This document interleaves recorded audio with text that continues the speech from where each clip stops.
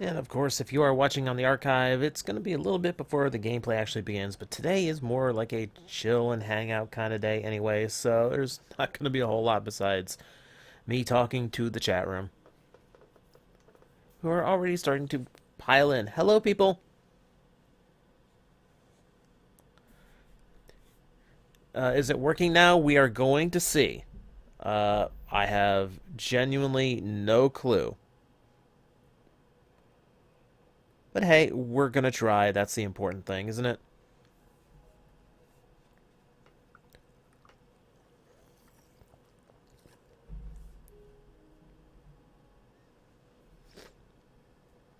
Am I okay? Aside from not being able to get much sleep lately, yeah, I'm fine.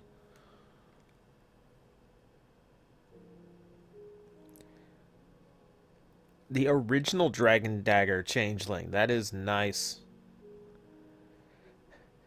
I've had such a... That old toy gave me such heartache as a kid because I never had one as a kid. I had, like, just about every Power Ranger toy except for the Dragon Dagger.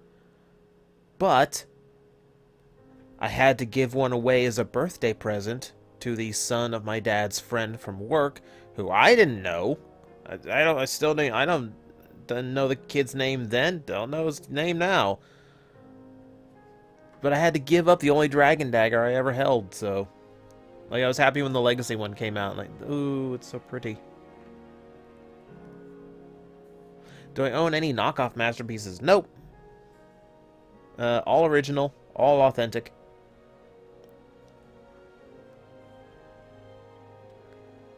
Suki, package with the Sentai book and every Senshi and Mecha from Go Ranger to Go Station. Wow. That's a lot of history. Has anyone... Have you ever had someone to tell you to cut your hair? Many. It's a little bit more difficult when I'm identified for my long hair now. It's part of the image of TJ Omega, so cutting it's a little bit more of a professionalism. I've thought about it. But I don't know. It's more comfortable right now, just as far as perception. LA boy, thank you for watching. I am glad that I am glad that you're enjoying a collection based on my ramblings and videos. I like being able to bring people into folds. I like being able to share what I love and what I'm passionate about and kind of inspire it in others.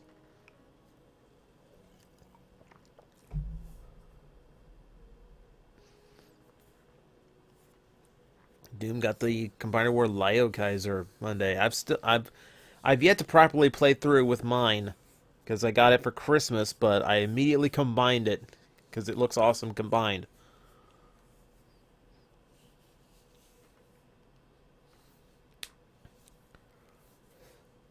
Tyler, I do notice you. I notice everybody. I just can't answer every single person. Have you missed anything? No.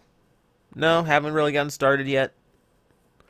It's going to be kind of a relaxed day, so there's nothing really to miss. I'm literally going to spend the stream blowing things up just so we can hang out for the night.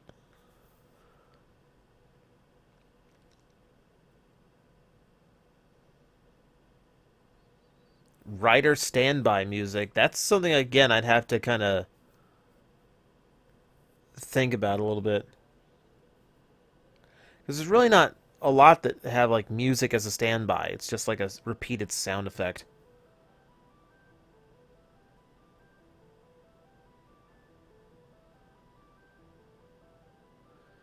Getting a beard like Alpha Omega Sin to go with the long flowing hair. I hate facial hair. Like, when I start getting scruffy, I cannot shave it fast enough. I absolutely hate having fur on my face. No, it would drive me nuts to have a beard. Anyone in the mood for a Krispy Kreme? Strangely enough, Coboxite, I kind of am. I feel like it's an important place. That must be mentioned at every change. That that was so heavy-handed in that movie. I know Krispy Kreme was a big sponsor for that movie, and I know it kind of makes sense. Like if you need to identify the place's location, okay, that's pretty easy. Just keep call. It's a proper place. It's still stupid. Still stupid. Just once or twice in that movie, I wanted to say to the donut shop, just to cut it back a little bit.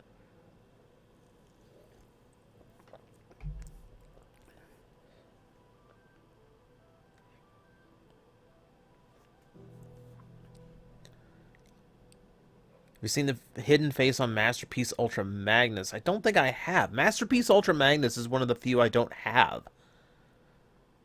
Like, I've never... Like, that toy is so expensive to begin with. It's rare when I have the chance to drop that on a Masterpiece. And it certainly won't be this month because I'm waiting on Masterpiece Megatron to drop. Which, Hobbylink Japan has to orange cap every single one of them, so it's taking them forever to process orders.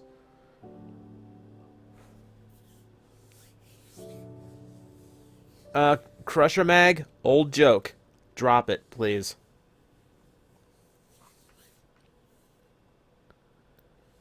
Krispy Kreme's not naturally expensive.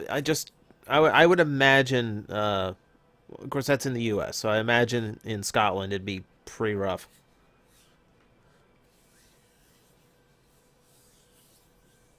I mean, for a donut place, it's expensive. Just because its name value.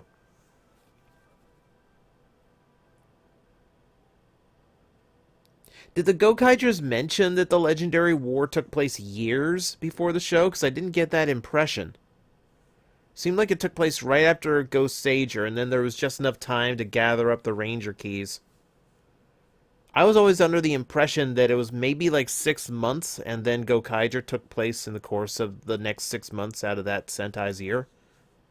Something along that nature.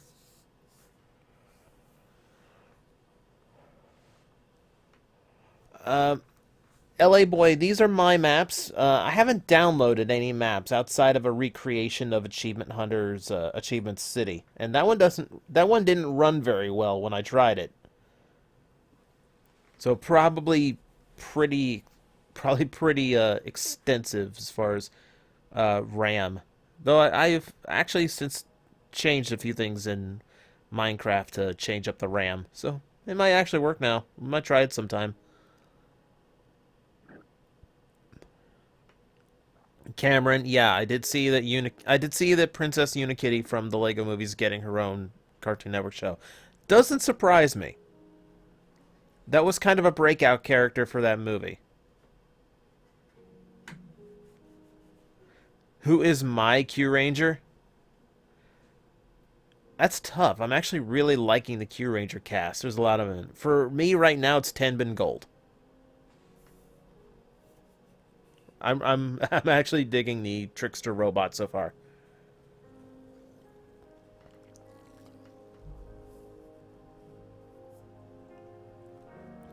Favorite Sentai suit design? Hmm, that's tough. I really did like the Gokaiger ones. I like the gold trim and the balance. I like the pirate overcoat look. It went well with a Sentai aesthetics for some strange reason. It shouldn't, but it did. Should you get an $80 Masterpiece Soundwave knockoff? Um, that depends. I don't know that knockoff. I don't know if it's decent enough quality to pass for Soundwave. I don't know what all it comes with, because I know for like 160 you can get the official one at Big Bad Toy Store. I think it's still in stock. That's where I bought mine, and it comes with literally everything that toy was ever associated with outside of Ratbat.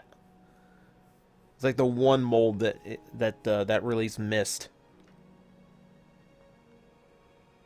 Monster Arts Godzilla for 60 bucks. That's not bad. Monster Arts run pretty high. The sound isn't working. Overlord, people are hearing me, so this sound is working. It just means there's no sound to hear. Right now it's just very gentle piano music. Like when I actually start playing the game and like things start blowing up, then it's probably going to be a little bit easier to hear things.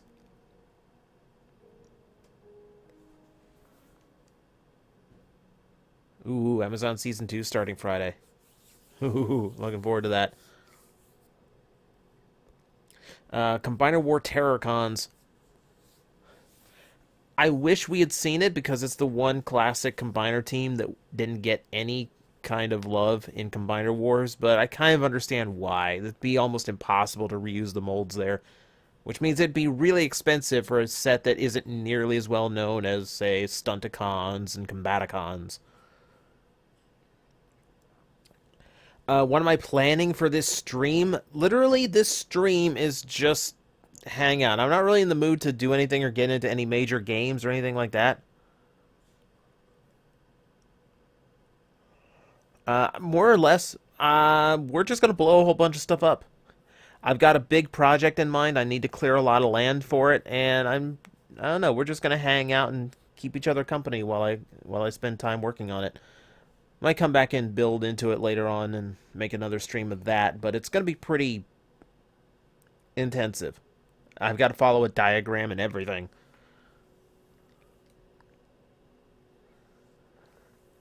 Titans turn.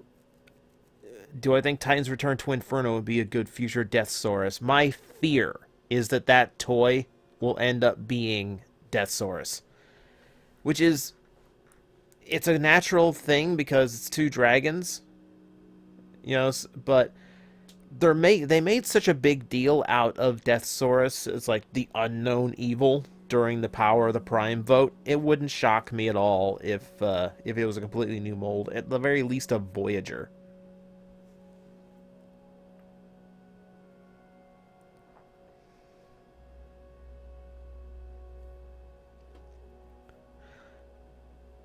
In the mood for Szechuan sauce with chicken McNuggets. I'm not a big fan of Szechuan. Not really. Chinese food never really did it for me. I've tried many times. Because Danielle is like big Chinese food junkie, and I've never found Chinese food that I could eat.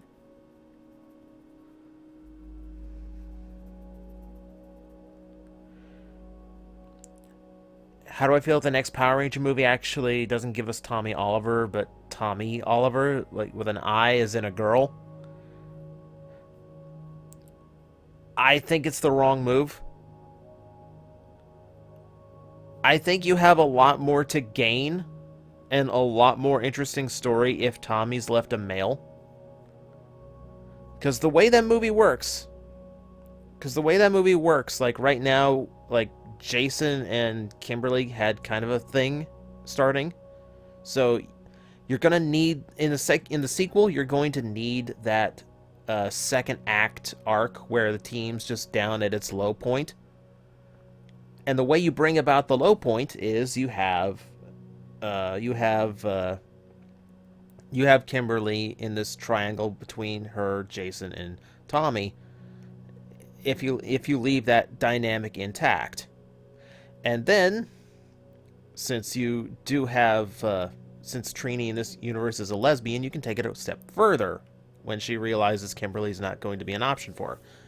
You could actually do a lot with the dynamic this team has if you leave Tommy as a boy.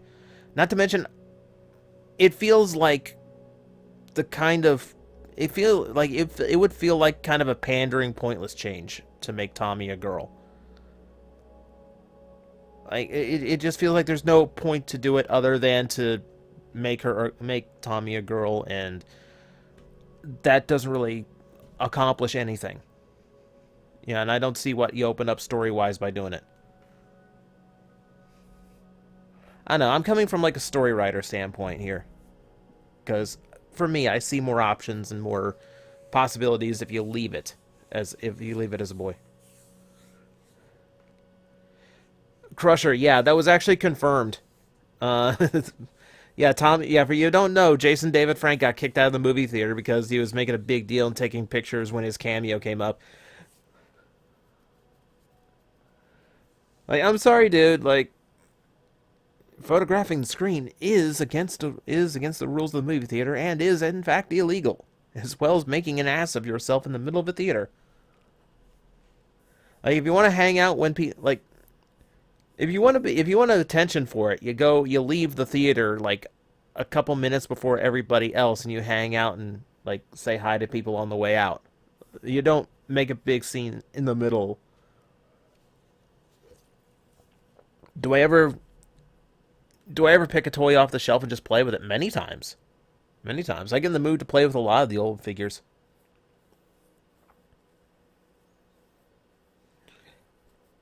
Did the movie make you hungry for Krispy Kreme? We actually have an amazing donut shop just like 2 minutes down the road that does homemade style donuts. Like for $1, you get a donut the size of a cake.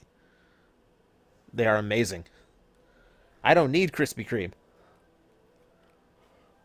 All right, so I'm gonna go ahead and get the game started.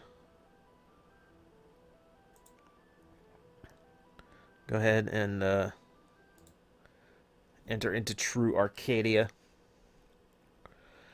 But it's pretty much just going to remain the same. We're just going to kind of hang out. Like I said, I've got a big project I have in mind, and I need to clear space. And the unfortunate thing about my main build world here, where you see the Emerald Spire, see Danielle's treehouse in the background, this is a labyrinth I built, and if I actually tried to spend the stream getting through it, we would never finish. Because I don't have a layout. I literally built it from an online generator, closed it, and didn't keep any kind of map. So I have no idea how to get through my own labyrinth. But yeah, I need a massive space cleared out for the next build project I have in mind. And you see that hollowed out corner there, right there? That's how deep the gap needs to be. It needs to be twice as wide. So that mountain has to go. A chunk of the desert is going to have to go. This is a lot of explodey.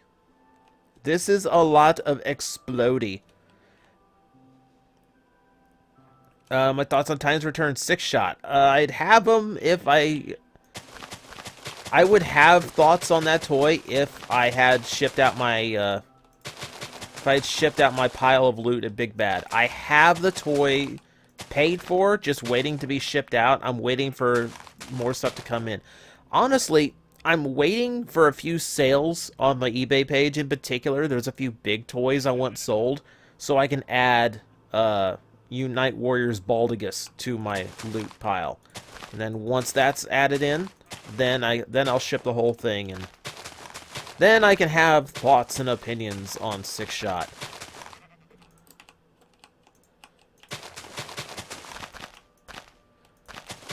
But for now, I have none, other than, hey, it's cool that we got a 6-shot.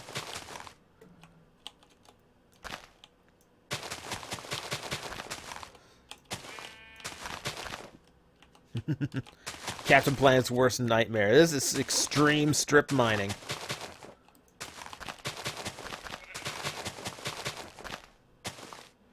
Oh, you might want to move, sheep. You're gonna have a really, really bad day. You're gonna have a really bad day. This is one thing I don't like about my actual like this build world is it's the center of my world that I generated is just so full of hills. It makes it really hard to just build stuff, you know?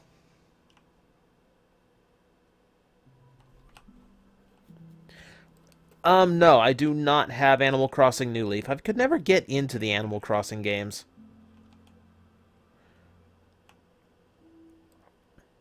You don't like Breath of the Wild's durability mechanic?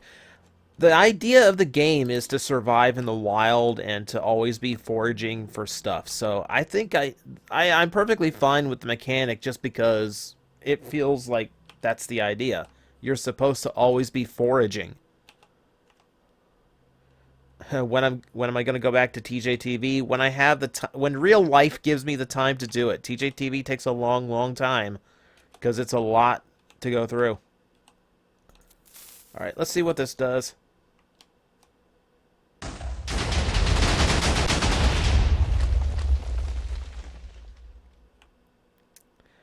How loud was that for you guys?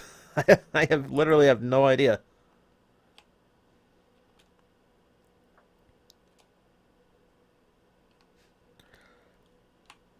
What do I think of Titans Return, Top Spin and Twin Twist? I'm happy they got new toys. I'll say that, but I don't have them yet, unfortunately. Oh, this water comes from nowhere. Sure, you can stop now.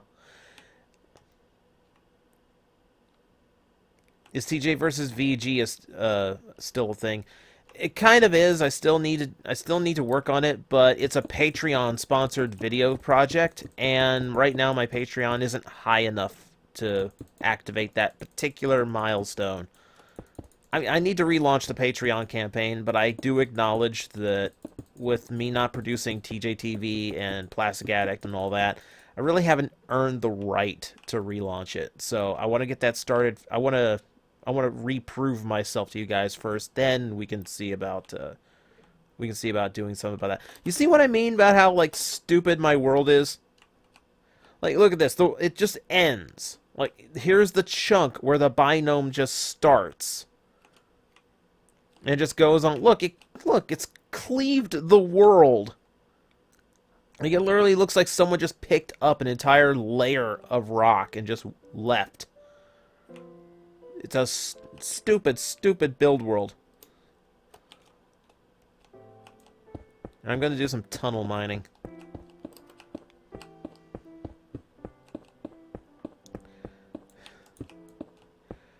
No, the evil TJ does not hang out with me. Like my descendant's life goal is to kill me without removing himself from existence, and he still can't figure that out. It's good for me. I do want to work him into Plastic Addict. I've had a few video ideas that I do need an idiot, and I know of no better idiot than that character.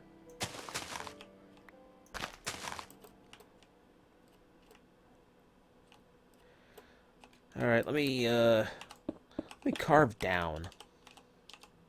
Get in the hole, get in the hole.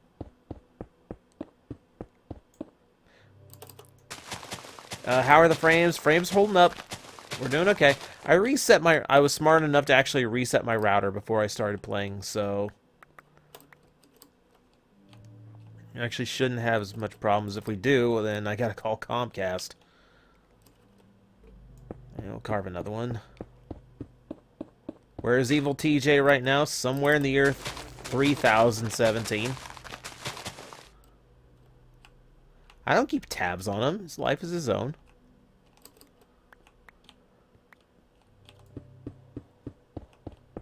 You see, you can't really call the Evil TJ Nega Addict because he's not from Plastic Addict. Like, Plastic Addict and TJTV are completely separate. In my head, Plastic Addict and TJTV are completely separate universes. If that even makes sense for a toy review channel. To have its own universes. I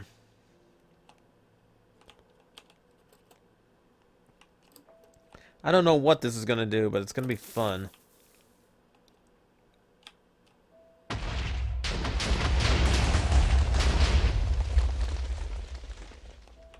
Wow. Oh, it didn't activate the... Oh, it didn't activate these. I'm going to assume they weren't close enough.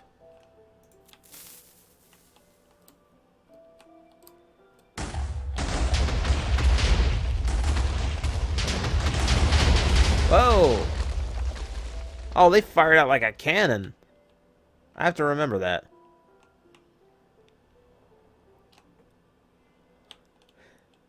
Why is he able to begin with? What did I do? I didn't do anything! I am blameless! I'm a toy reviewer. I don't ever get anything wrong.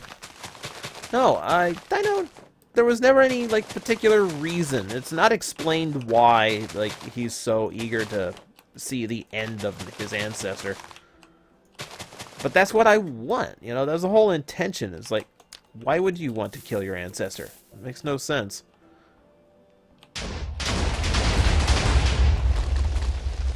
I don't know, things yet to explore. It's not like TJTV has the strongest canon of any series out there. Like, in his first appearance, I literally wiped him from existence and he still came back.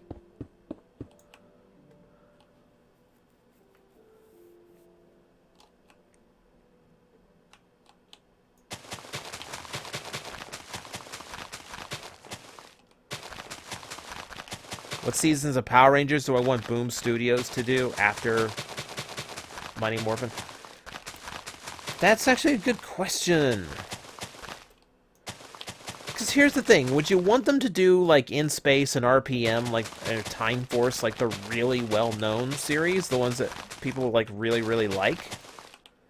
Or would you want them to actually, like, improve upon a series that maybe wasn't so good? Like, I don't doubt that at some point they will get to something for Zeo. And I think that could be really cool, because Zeo was actually a pretty strong season. And I forgot that until I saw the marathon on Twitch.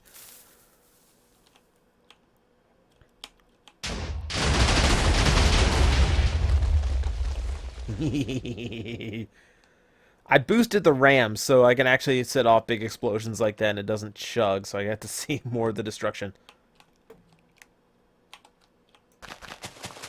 Yeah, like, Overdrive would be one to fix.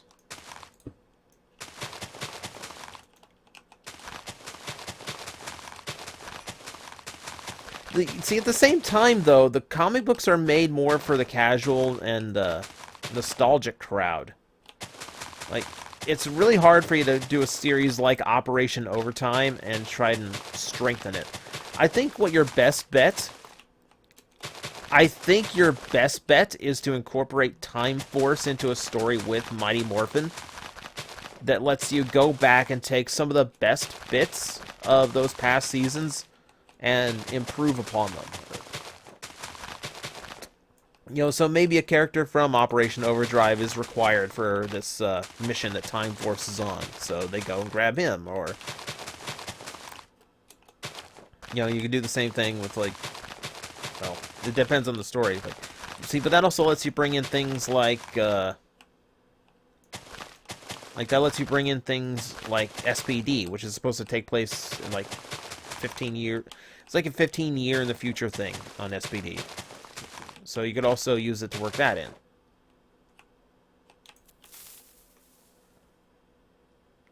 Everyone would like an...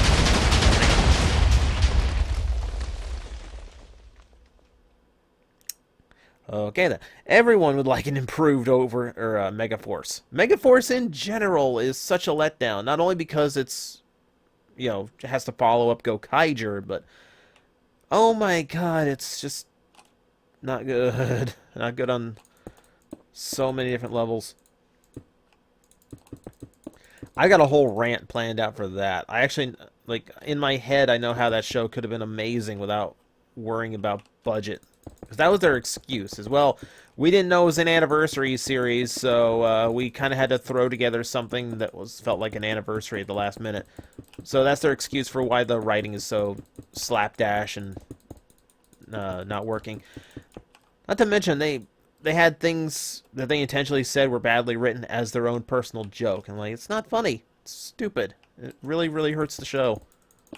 Like, it was a running gag for them that Gosei never explains anything, even though he kept saying, well, there's actually a simple explanation for that. Then just say it, you big stupid head.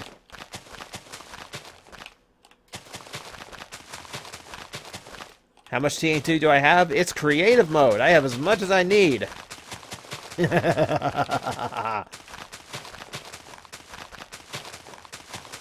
I'm just holding down the right... I'm just holding down the right mouse button right now, just laying them down.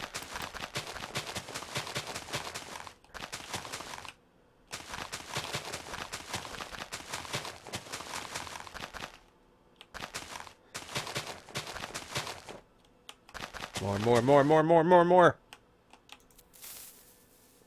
How many is that? Oh, that's a lot.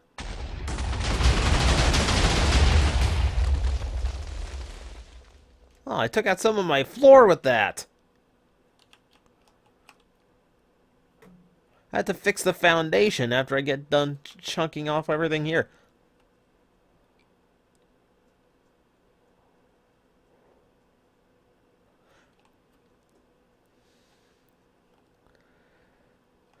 Dragonus from the new RD. Shouldn't the name go to a Decepticon rather, or an Autobot?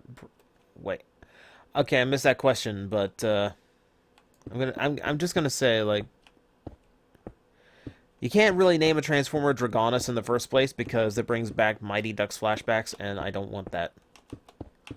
The dragon names in general in Transformers are getting really, really stupid. Like, Steelbane's a cool name. I like Steelbane.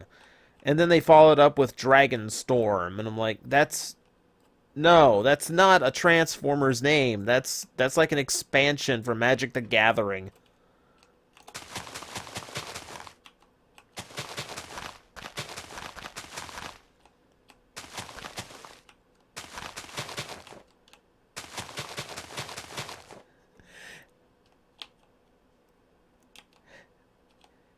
How would I feel if you walked up to me as Kamen Rider Brave and you gave me the Dragon Dagger? Well, for starters, Brave would never hand over a scalpel to somebody. That's not Brave's thing, but that'd be extremely cool.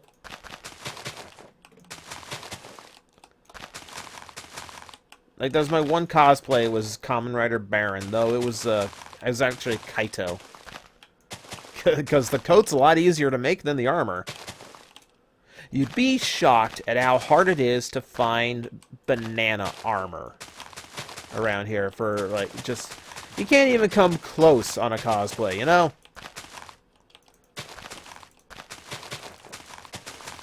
You know, you expect they, like, you know, usually with cosplay you come as close as you can and then modify it so it actually matches, but it's like, you know, there is no replacement for banana armor, you know? It's not like I can get plantain armor around here, just make it work.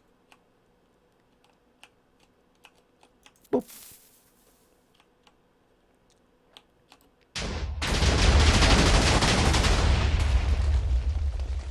Have I had a chance to play Salem?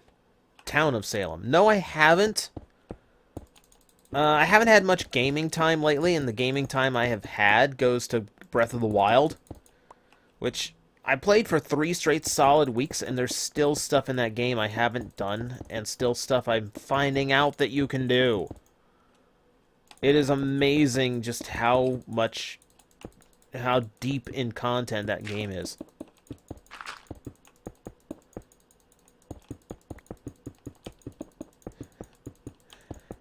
Okay, Dante, I will take it. I will assume that I should not be looking for banana armor on Google. Thank you.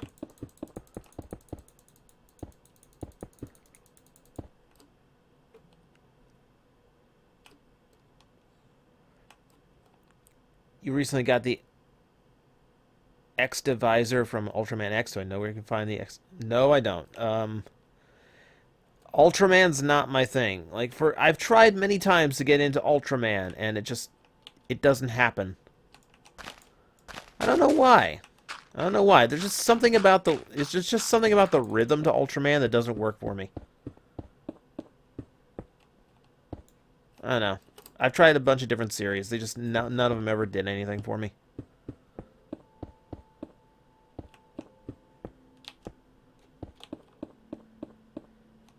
My favorite Voyager so far from Q-Ranger? Well, it's going to debut this Sunday. But of the ones we've got so far... that's actually a good call. I kind of like the Washi Voyager. Like, pink... Like, for some reason, pink and gunmetal actually work as a color scheme. It's a little bit Bret Hart, but I like how that bird looks.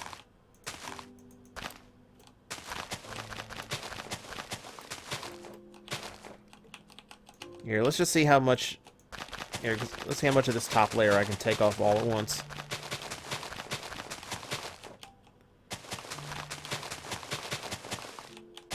Revenge of the Fallen Legends Optimus. Can I review it for Plastic Attic? I can't review a single Legends figure for Plastic Attic. None of them are bad enough on their own, just individually, for a review like that. I could do like a top 10 worst,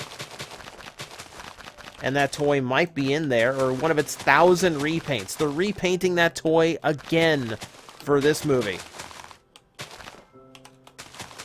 No, but I know far worse Legends class toys. Far worse Legends class toys.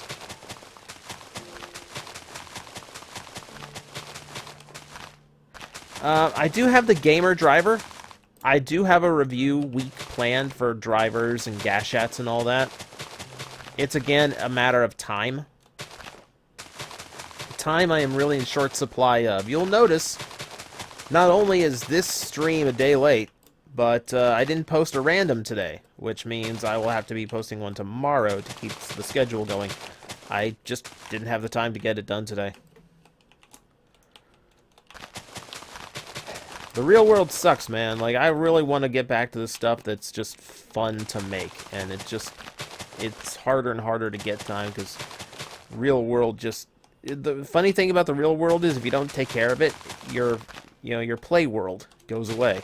So the real world has to come first. Oh, well...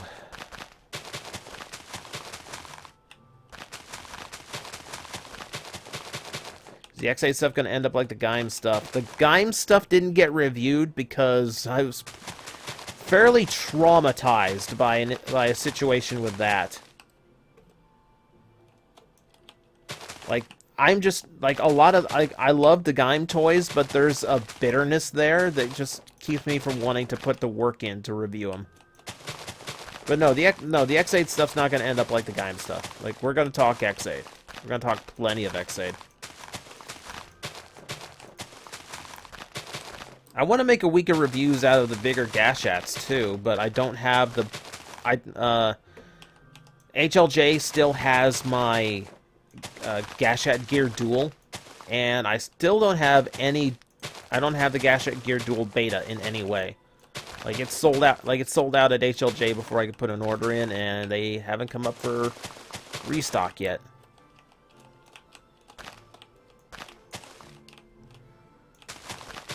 But no, there's plans. It's just like everything else. It's gonna take time.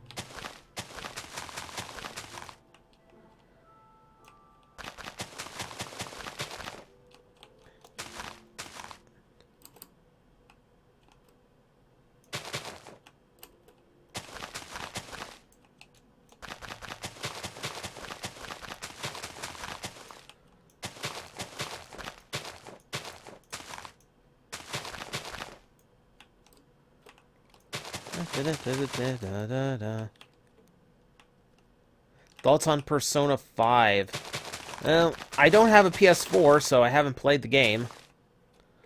And,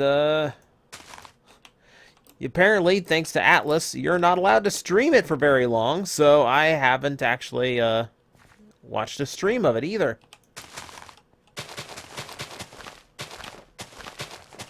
Which is weird. My buddy Sean streamed Persona 4, which is the only way I have ever taken in Persona 4. And I was really counting on his stream to take in Persona 5, and, well, Atlus gets really, really, really picky when it comes to streaming that game. Like, well, we don't want you to stream the boss fights, and we don't want you to stream the cutscenes, and we don't want you to stream certain ending, like the certain end of some dungeons. And we don't want you to stream past this particular day in the game. Wow! You know, at that point, just make a demo version of the game. Just, like, make an hour-long demo that's legal to stream. And that's about the only thing you've really left us to actually do. It's really jerk of them. It's like, well, we don't want people to be spoiled.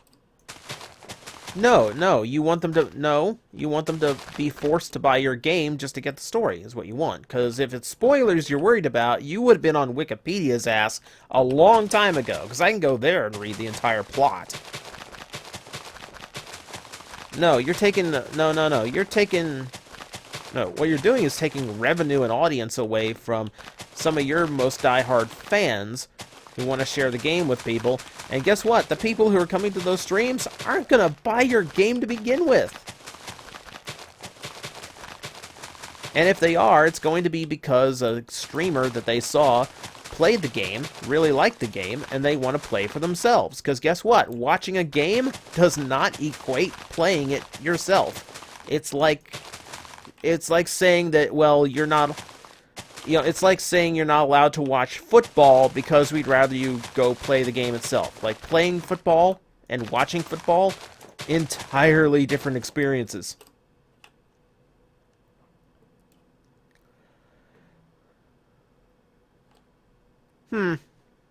No, not enough. We got this part to take out too.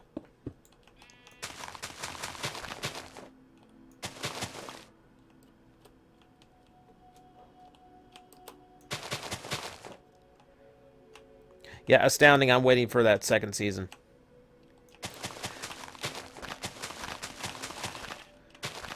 It's like South... Oh, no, like just... Oh, no. You know, I warned you once to get off the mountain. And you didn't listen. You just didn't listen.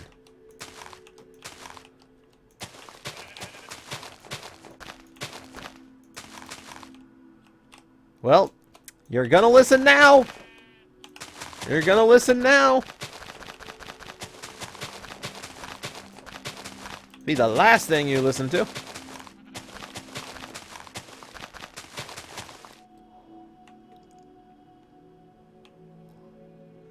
Look, the sheep had fair warning. Clearly it wants to be there if it hasn't done anything by now, okay? I warned it to leave. It did not leave. Now I'm going to make it leave in many, many pieces. Now, the question... Where do we light this candle? I want to see if I can't get a whole chain reaction out of the absolute farthest point.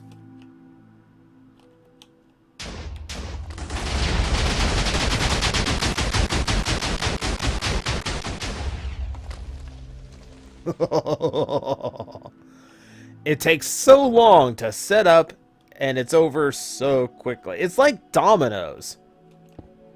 You know, you set up the whole track of dominoes to fall over, and then when it finally does, it's over in like, 20 seconds.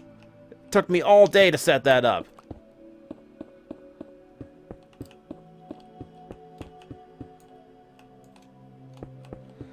Why are the Legacy Megazords getting more and more expensive? Because they're trying to keep up the production level of those toys, except production costs are getting higher. Like, you're still seeing a rise in a lot of prices for toys just because on the production end of things, it's so much more expensive than it used to be. And it's growing at an exponential rate. Like, between Beast Wars and Transformers Classics, it was pretty much, even into, like, into the first movieverse, like, you had, like, over a decade where they could sell toys of the very similar size for about $10. But ever since then, like, you remember when gas was like $4 a gallon? Well, that's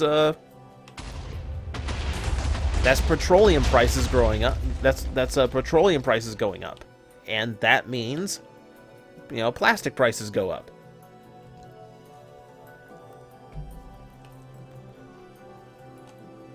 Ooh, pit. But no, it's just a how the world goes type thing. Like Voyagers in this next movie line are supposed to be... Creeper! You gonna help me out? I got a lot to blow up still. Like, you could really, like, do me a solid here and just, blow up. Oh, there's a zombie down there, too.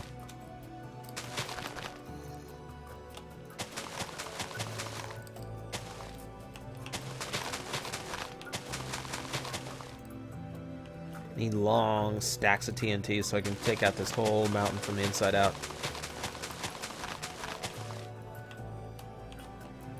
Every side.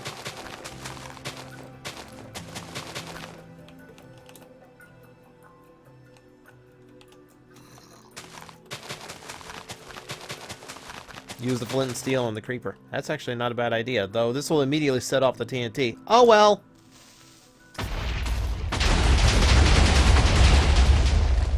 Oh! Never actually been inside the explosion before. Whew! Oh, it's a mini zombie. Hi. Bye.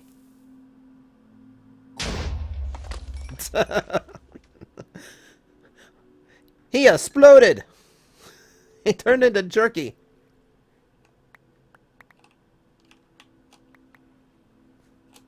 You too.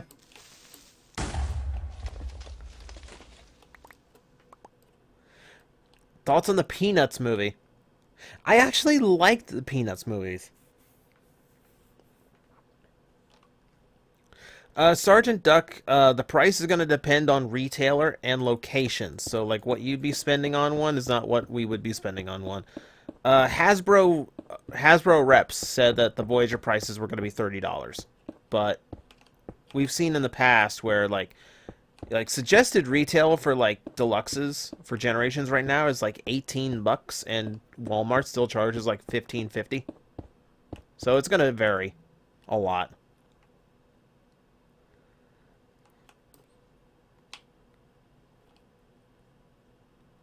What do I think of the Proto Men? I don't listen to the Proto Men as much. I'm a Megas guy. Need to give them another chance, though. Gamer, I try to respond to everybody, but I can't see the chat room at all times or answer every single question, so I'm sorry if things are slipping by. Yeah, but someone mentioned the Peanuts movie. It's like, I thought the Peanuts movie was better than it had any right to be, honestly. Like, I didn't think they'd be able to do it justice, and they did. I was actually really happy with it.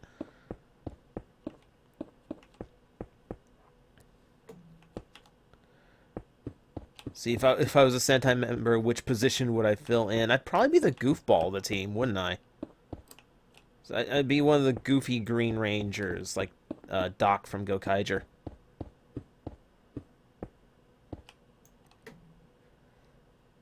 Thoughts on the DuckTales reboot? I'm hesitant. Like, I saw the trailer and I like some of the stuff they're doing. I like that the nephews aren't just one character now. They actually have different personalities. You know, I like that Webby's not just going to be a side character this time. You know, we're actually going to have, you know, some female element in the show. It's a little bit... It's going to be weird to hear somebody else's Scrooge McDuck, because the original actor played Scrooge McDuck for so long. And he was, man, he was hardcore about that, man. When they redid DuckTales, when they did the remake of the old NES game, he came in to do the lines for Scrooge McDuck. Like, I think he was like 90 years old. At least 90. That's dedication to a role. Like, you have to go to like Frank Welker and Fred from Scooby-Doo to find a more dedicated person to their role. Like, so, like, everyone's going nuts because, oh, it's David Tennant. Like, we got a doctor playing Scrooge McDuck. And, like, cool. He's got massive shoes to fill, and he's not, you know, he's not technically a voice actor, even though he's done a few voices here and there. I know he was in Turtles as the Fugitoid, but he's got a long way. He's got big shoes to fill.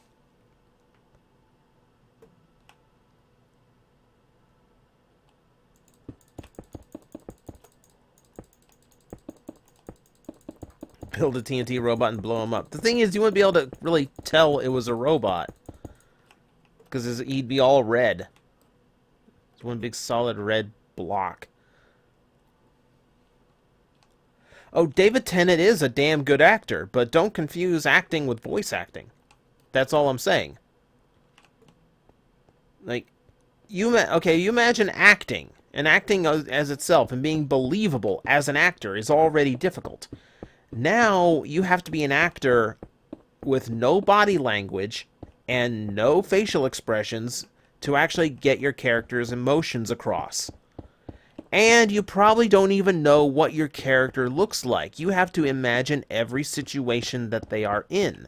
You have to give the right response for a creature that your character is against, or a challenge they are facing, or whatever emotion that they have to convey, without actually being able to see your character or see who they are talking to, or what the situation or what their surroundings are. It all has to be done with imagination, and all the emotion has to be conveyed in nothing but your voice. That's far different than being a standard actor. It's why I respect voice actors so much, because a lot of people don't really appreciate the challenge that goes into it. You hear, like, if you heard of stories about The Rock when he was doing Moana, when he was Maui, and he did a great job as Maui, but he was so, like, the stories of him coming out of that booth is that he was so humble to the actual voice actors who were coaching him and the ones who were performing in the movie themselves, because he acknowledged it's way different, and it is a very different challenge than just your standard acting. Like, the Rock's a good actor, but for him to step out of his way and admit, like, yeah, this is hard, and for him to be uncertain and to account for, like, the actual voice actors that he had to work with, and he wasn't even sure he was doing it right. Like, he was not as confident in that. That speaks volumes of how difficult it is. And I have a lot of respect for The Rock because he did show that level of respect for the voice actors.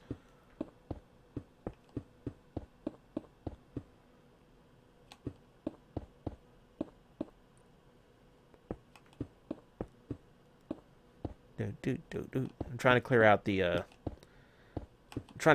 line that I need, just so I can have a little bit more clear definition of how deep this has to go. Because it's something like 80 by 160 blocks I need to clear out.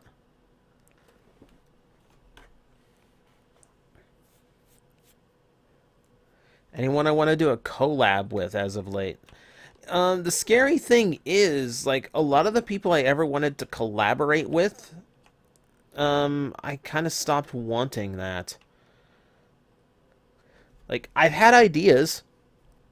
Like, I've always wanted to get Linkara in for one of Marvel's animated cartoons, because that just makes sense, and, me and him have always gotten along, and, the few encounters that we've had. But it's not really a door that's open anymore, just because it's been a while, and he's got so many of his own things going on. Honestly, one of the things I've always wanted to do is,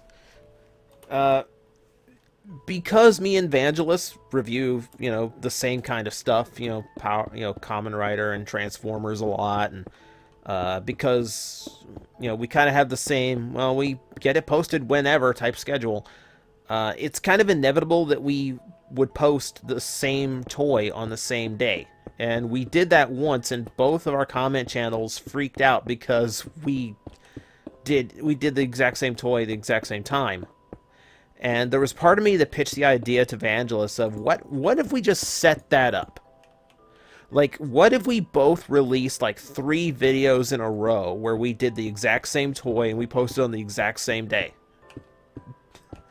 And I would still love to do that, but his type of, his video schedule is very different than mine. It doesn't allow that level of flexibility.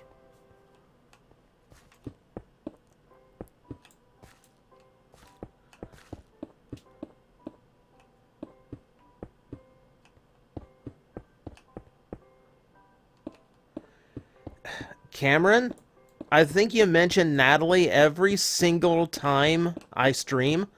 I don't know her. I don't know what she does. Like, you're talking to me about you're literally describing a total stranger to me every single time you mention her.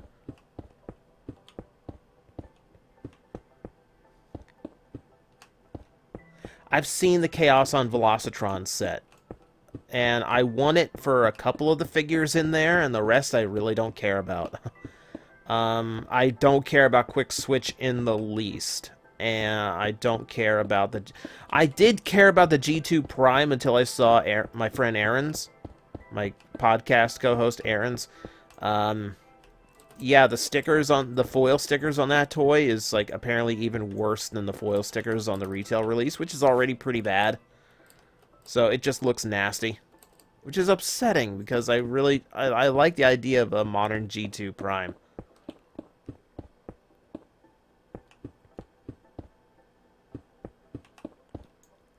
Didn't Evil TJ appear in the video with Diamanda Hagen? Yeah, that was the Legion of Doomed.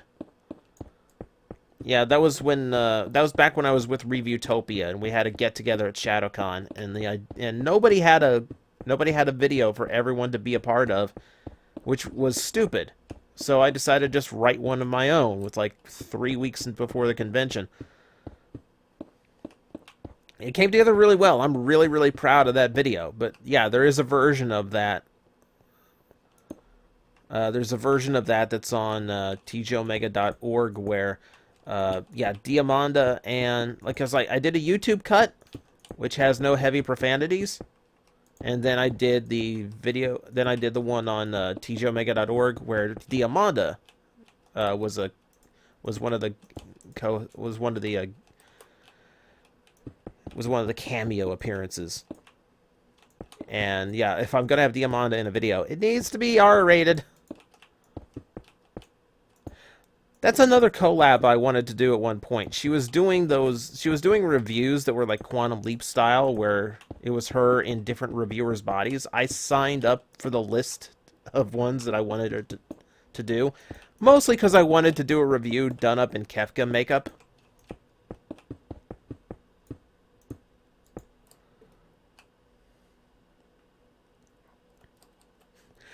What is G2 TJ like? G2 TJ is a douche. And he wears much brighter colors than I do. And he thinks he's cool because he's retro, and he's not cool.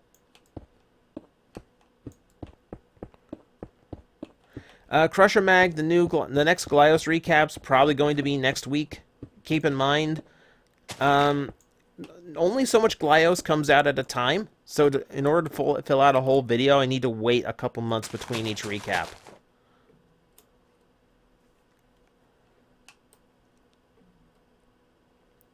Okay, I think it's TNT time again.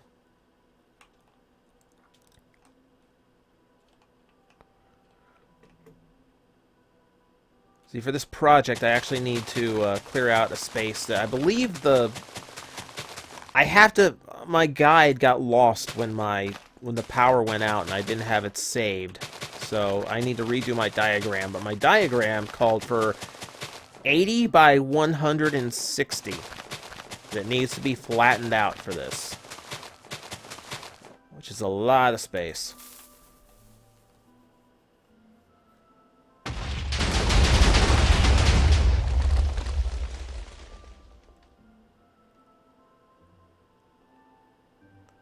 Opinion on the feminist character Michael Bay put in the new movie. See, I don't have a problem with feminism as long as it's equality feminism and not men are evil and responsible for everything that is wrong feminism.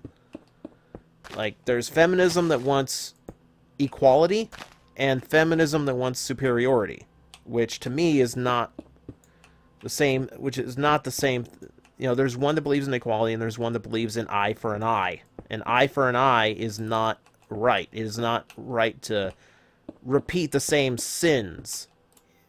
You know, you're just doing the same thing that was done to you. So like, I prefer the old school feminism that just wanted people to be equal. Like, what's wrong with just wanting people to be equal?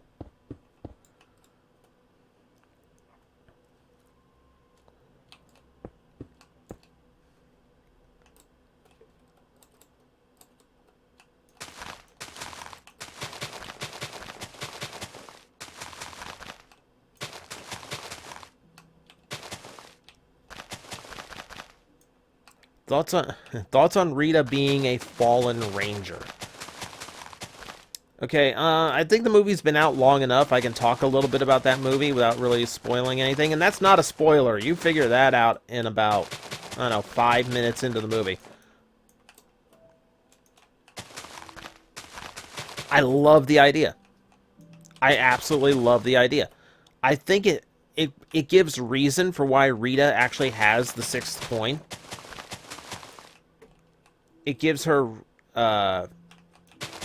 it gives her an identifiable power source other than just I am a space witch. And it gives her feud with Zordon a lot more credit. You know, there's a lot now. There's history to it. Now there's like legitimate, you know, kind of depth to their rivalry.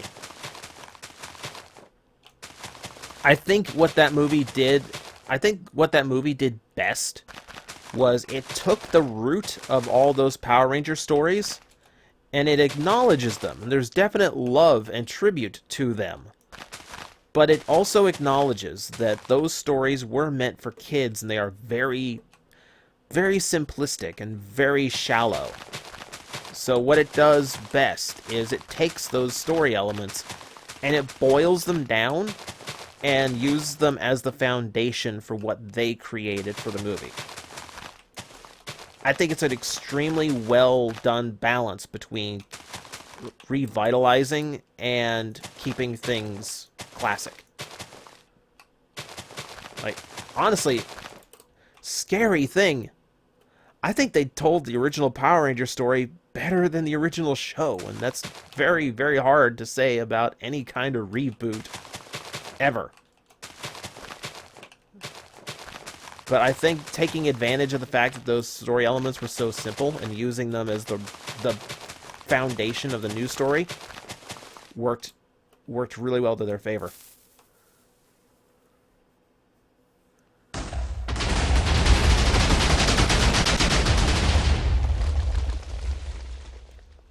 I love the crumbly sound effect when I'm done doing that. How much longer am I going to be streaming tonight? Maybe about another hour or so. Like, we're really just here hanging out, so it's like, it's not like I have a definite time limit, but... Yeah, making Goldar the way they did... Well, to be fair, it's the way with the story they were going for. It's easier to make it like that. Just say like, well, Goldar was a creation that she was trying to make in order to uncover the Zeo crystal. It works better than having just a minion that's there. Like, that's one thing that I will acknowledge. It's like, I wish there were more of the old minion characters. I wish Squat and Babu were there, just so they had someone, like, at ground level to fight in suit before they called the Zords. But I also acknowledge that with what they were doing, it would make no sense for her to have monsters that were around. She would have to be able to just create them. You know, I think that's the one area, but I do think that's one of the areas where they're like Goldar. Oh, let's make him. We'll say he's made of gold. Sure, why? I mean, if she has this innate ability to craft stone and like create stone golems, then that explains the putties. And it also explains why she created Goldar out of gold. Because, hey, it's Goldar. You know, instead of manipulating rock, she manipulates gold to make a stronger monster. Okay. Okay, we can go with that. It doesn't look great. I don't think I would have had a problem with Goldar if he just looked better. You know, but, like... Seriously, Rita's gonna create a monster. What are you gonna make it? Eye Guy? She just spends the whole movie plucking eyeballs out of people?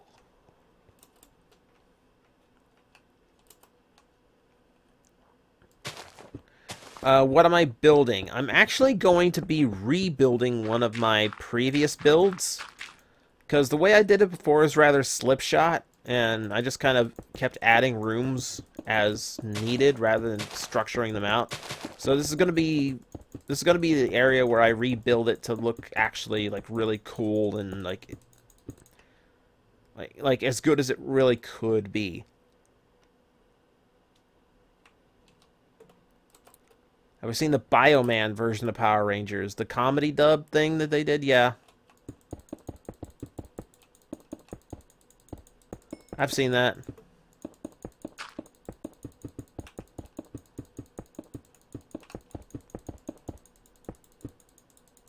Yeah, Alpha's design didn't work for me as well. I will say like with most of the things that I've find when you see it in motion, it works better. I said it about a lot of Common Rider suits. Like I think Forze especially, where it's like, well, I don't like how it looks, and then when I see it in motion, I go, okay, that actually does kind of work. I definitely said the same thing about the Gaim suits. But I think Alpha worked better. Alpha worked better than I expected. I actually liked Alpha in the movie.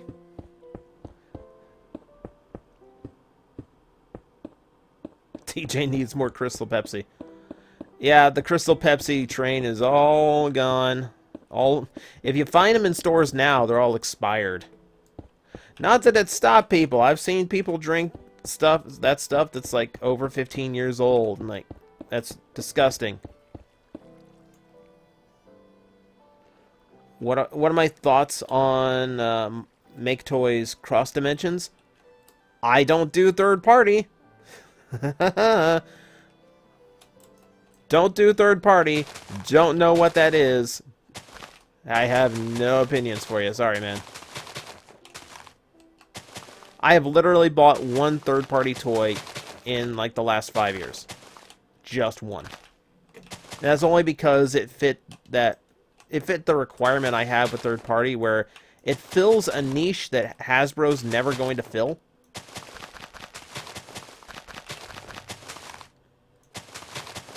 Which in this case was it was Iron Factory's Lord Scorpion, the tiny Scorponok they did.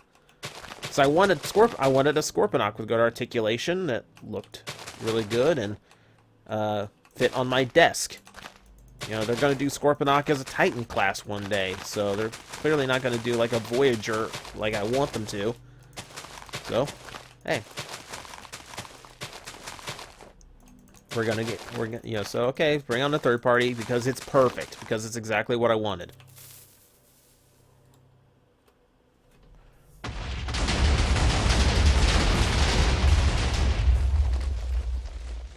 Woohoo!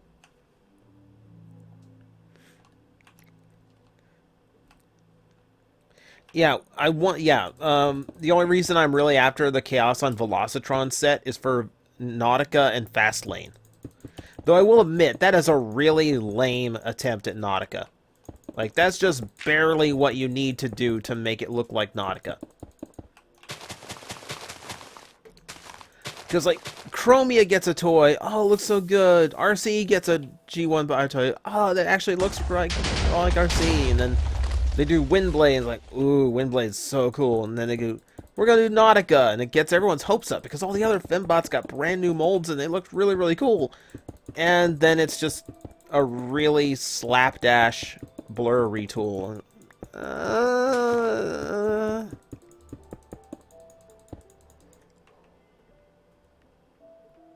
The Bill and Ted cartoon on TJTV. God, I haven't thought about that cartoon in a long, long time. I might have to choose just like a theme of movie adaptation cartoons. We could do like why the hell do these cartoons actually exist? Like, why does RoboCop have two cartoons when his movies are extremely R-rated?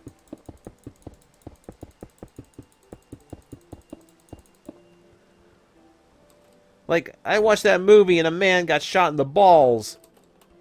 That's definitely not making it into the cartoon adaptation.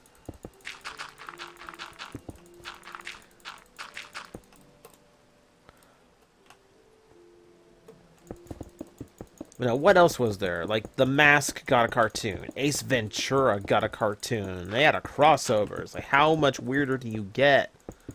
You know, Jumanji had a cartoon. Like, Bill and Ted is one of those, like, really weird choices. Like, Ghostbusters makes all the sense in the world to make a cartoon out of. Bill and Ted? There's Back to the Future as well. Which again, makes a little bit more sense, but freaking Bill and Ted. Yeah, Rambo. Rambo had a cartoon. Yeah, yeah, that goes back to the 253. Yeah, that goes back to the Mortal Kombat thing. That was the very first episode of TJ TV, and it's like, why does like the most R-rated, most M-rated, most adult, video game property ever have a cartoon? Like what demographic are you aiming for?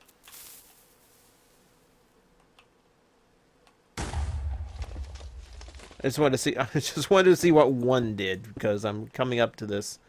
I'm at this point where if I start blowing things up, I'm blowing into my foundation. I want to do that as little as possible. The mountain's mostly down, at least the part of the mountain I need down. Though to be honest, this is a pretty ugly hunk of a mountain to leave up.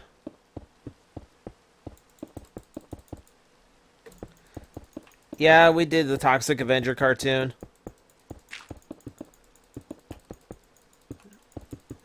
To be fair, that I understand.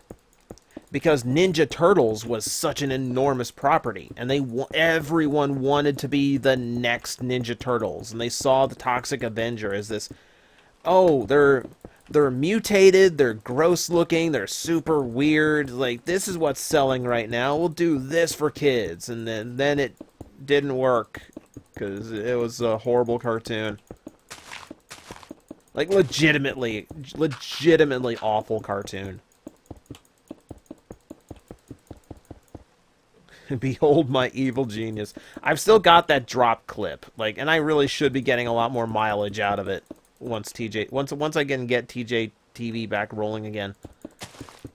What I need to do is I need to upload TJ TV episodes to VidMe and see if they will let me monetize them. If I can monetize TJ TV again, it would be so much easier to produce.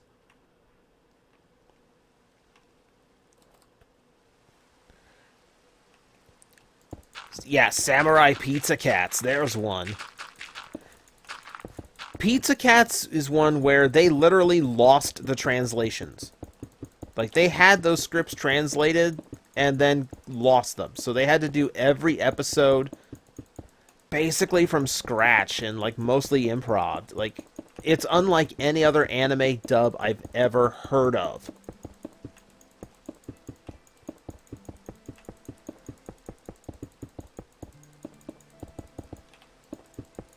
And from what I've ever been told, like, Samurai Pizza Cats is far more entertaining than the original source material at its most accurate, which is hilarious to me.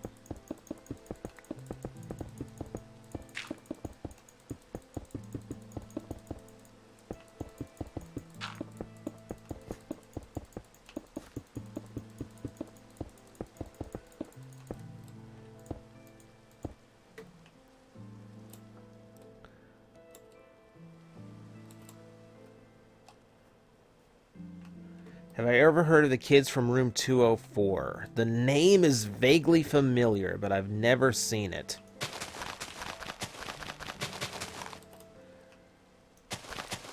Am I excited that Attack on Titan Season 2 is a thing?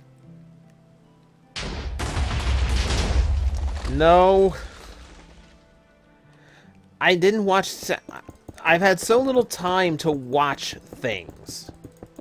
Like, that's the thing. It's like, if I watch something, it's going to be something that, like, I get most of my entertainment from YouTubers these days. Like, when I do have time to sit down and watch something, it's going to be something from there. And I have very little, and I don't get much time to watch anything else. So it's like, Attack on Titan, haven't seen it. God, what else? There's a laundry list of things that people have asked me on these streams every single time. It's like, have you seen this? No. What about this? No. I don't see anything. No, Suki Reboot is getting a reboot, but it's not the reboot we need or want. It looks legitimately awful. Legitimately awful. Reboot is getting a live-action reboot. And, like, the first promo shot of it is just a bunch of kids sitting at a computer terminal. And you're like, what? Why does that have anything to do with Reboot? That has nothing to do with Reboot. You are completely missing the point of Reboot.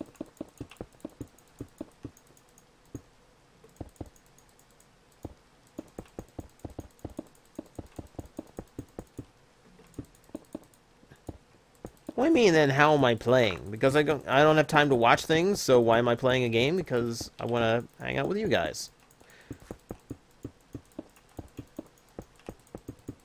Like, this is me trying to figure out ways of keeping my channel active between reviews. And I don't want to just keep doing toy reviews just because that gets boring. It's like me trying to add a little bit of variety to the channel. Though granted, these kind of streams are a little bit lacking for the archive watchers because there's nothing really going on. I'm literally just breaking Minecraft.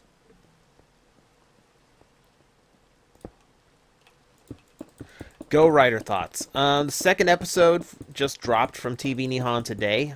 I haven't watched it yet. I really liked what I saw in episode 1. But I'm just like itching for like, okay, get to the point where they're Go Rider. Get to the point where it's like a team. I want to see it now.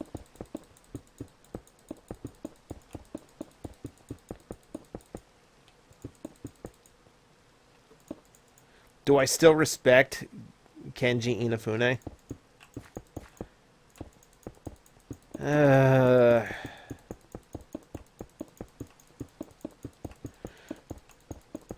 For what he's created, I have to, don't I?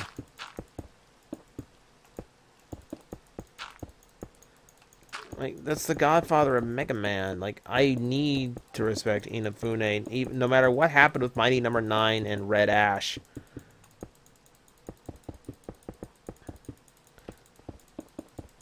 I don't know. Like, I think that was just a... I blame Mighty Number 9 on a lot of pressure and a lot of inexperience on the team.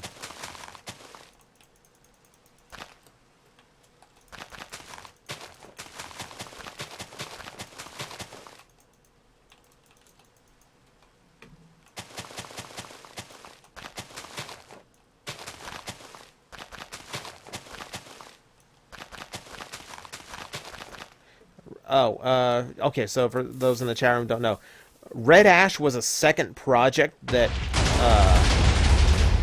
Concept pitched for a Kickstarter while Mighty Number 9 was still in production. So they hadn't delivered on their first Kickstarter's progress in their project before they were already asking fans for more money on a new project. And Red Ash was supposed to be for like what Mighty Number 9 was supposed to be for classic Mega Man, Red Ash was supposed to be for Mega Man Legends. If you saw the artwork for it, it was very Legend style, and it was going to have that same kind of dungeon crawling kind of 3D actions style gameplay.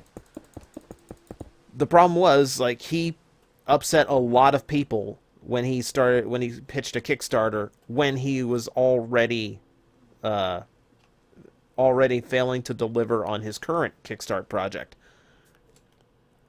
He did find a publisher that was willing to fund the game, so apparently Red Ash is going to be a thing, even though that Kickstarter failed. But it was a massive PR fiasco. And to be fair, I will play devil's advocate here. I understand why he did it. Because he wanted to keep his development team together, and in order to do that, they needed games to work on.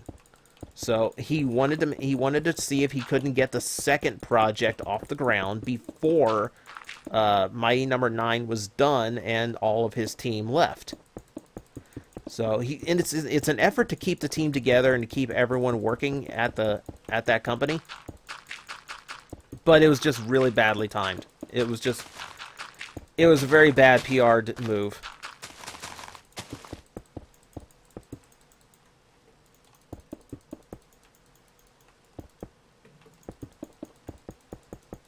How did so many Mega Man veterans screw up Mighty Number 9? They had a lot of veterans working on it, but a lot of them weren't up on modern game design, and a lot of them, this team still had plenty of inexperienced developers on it.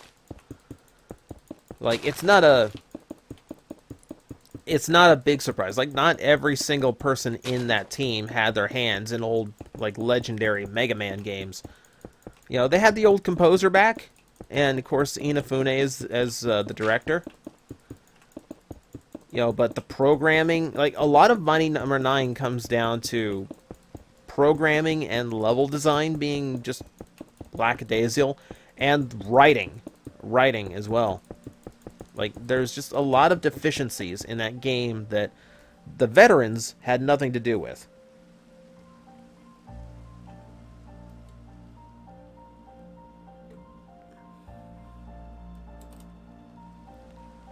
Where did the Christmas Plastic Addict go? Halloween, like, holiday specials are never really my thing. Like, even when I think of ones that I want to do, it's hard for me to motivate myself to actually do a video just because it's a particular day of the year. It's like I feel pigeonholed in what I have to do creatively, which I don't like that. Like the one holiday special, like the one real holiday special I ever did was the Toxic Crusader review, and that was for Arbor Day, because I thought it was funny to do an Arbor Day review. And that wasn't me even like celebrating Arbor Day. That was me making fun of the concept of holiday specials. Like the last TJTV was a Christmas special. I did He-Man and She-Ra. It's like that was a legitimate attempt at a holiday special.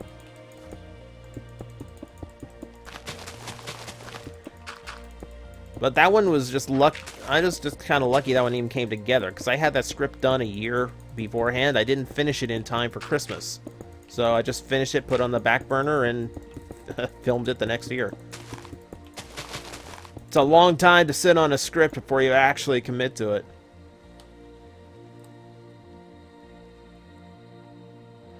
TJ, Ryuki or Blade? I've heard far better things about Blade. To be honest, I've never really given Blade a chance, but I've tried giving Ryuki more than one chance, and every single time I tried Ryuki, I was bored. I didn't care to follow any of it. Do I ever think we'll get a space opera Kamen Rider series like we're getting in Sentai? Well, we have yet to see if we're really getting that in Sentai. Like, we have to get off planet Earth story-wise first. I think eventually the story is going to leave Earth, though, so... because that's such a good concept.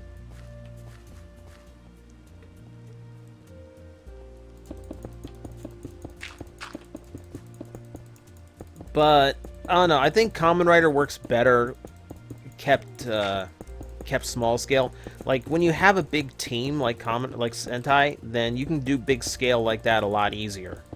I think Kamen Rider works best kept at, like city level.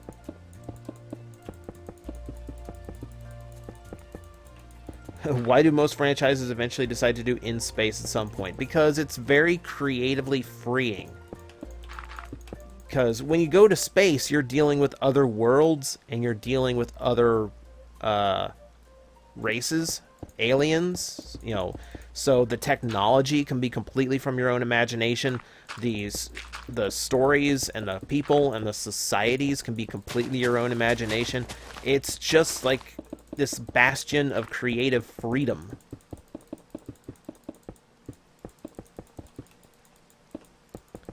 You eventually see that happening in stories, because eventually the writers run out of things that they want to do with your current rules and examples of everything, so we're going off into space, where we can just reinvent all of the rules.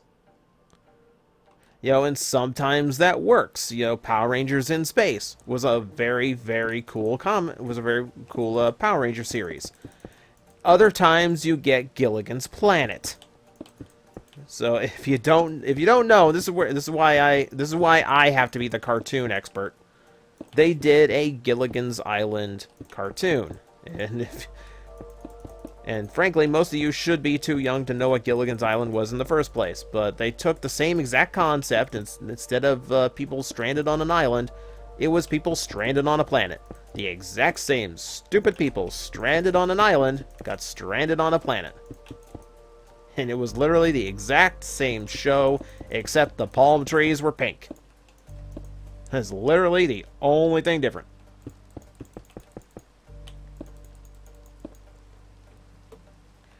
Why did Mega Ranger have a space-themed mecha if it was an electronics-themed Sentai? Again, because if you're going high tech, about the highest of high tech in our world is space travel. So it makes sense for like their standard powers to come from electronic devices and high technology, and their big powers to come from the highest levels of technology, which is space travel. What is Gilligan's Island? Gilligan's Island is a really old show. Wikipedia it.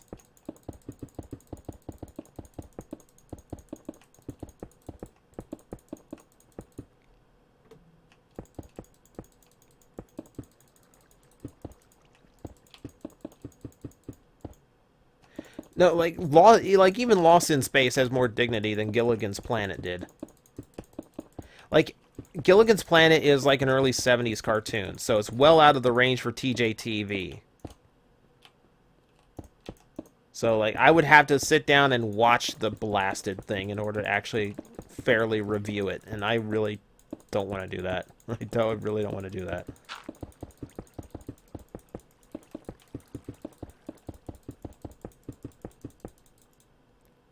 Favorite Ninja Turtle knockoff? There's so many, aren't there?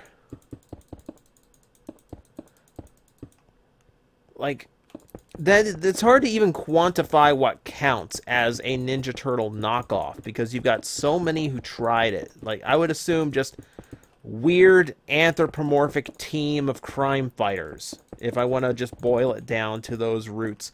And then you're talking things like Wild West Cowboys of Moo Mesa. You're talking Biker Mice from Mars. You're talking Street Sharks and Extreme Dinosaurs. In that vein, Street Sharks probably edges it out, but Street Sharks, like, I've got it on cue for TJTV. Like, I've got a script that's in the works. It's not as good as I remember it being. There's a lot of weirdness in that show. There's a lot of laziness in that show. Like, it's the first show I've seen that's, like, so blatant about reusing animation and, like, stretching animation frames for the sake of budget.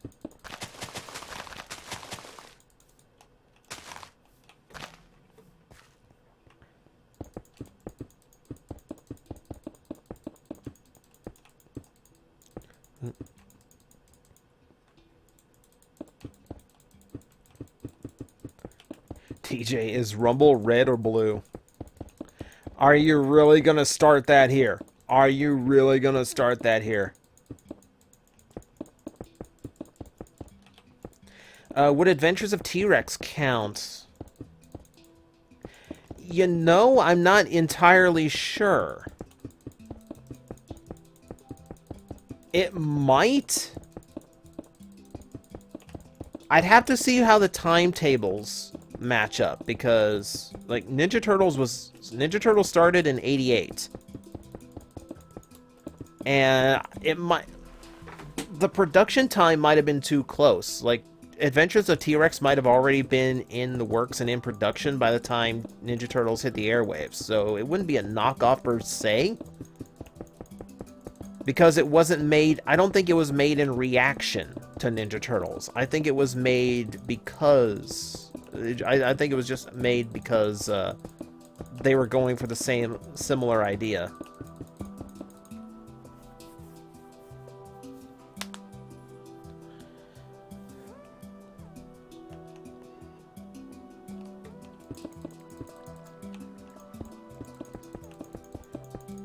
Yeah, here's the thing with the Rumble and Frenzy debate. We've pretty much known for a long time now that the cartoon writers got the two characters screwed up. Which means Rumble really is the red one, Frenzy really is the blue one.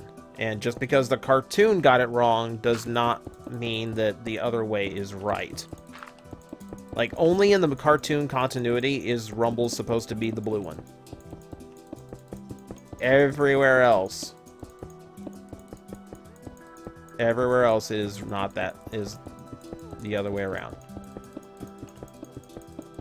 Which doesn't help when Hasbro just kind of keeps going back and forth on which one they actually present as Rumble and Frenzy. Usually it's the red one, but every now and then they make a blue one too. Because the blue one was the one he's... Because here's the thing. This is where it gets really hard, because Rumble is the name people heard the most as kids. Because he barely used Frenzy. He used Rumble a lot, though. Like, Rumble is one of the main Decepticons.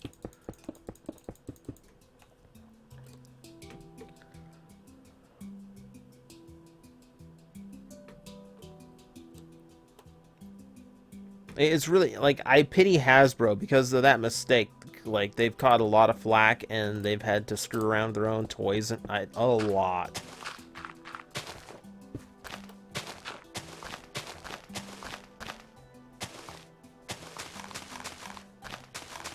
Yeah, Rumble and Frenzy had the same pile driver powers. Like, you can see that in the original movie, where when they're on Astro Train and they're shaking up the ship to break up Devastator. Like, they both got their pile drivers out. Like, Rumble was supposed to deal in earthquakes, and Frenzy was supposed to deal in sound waves. But in the show, they kind of simplified it both to just, they like to shake things.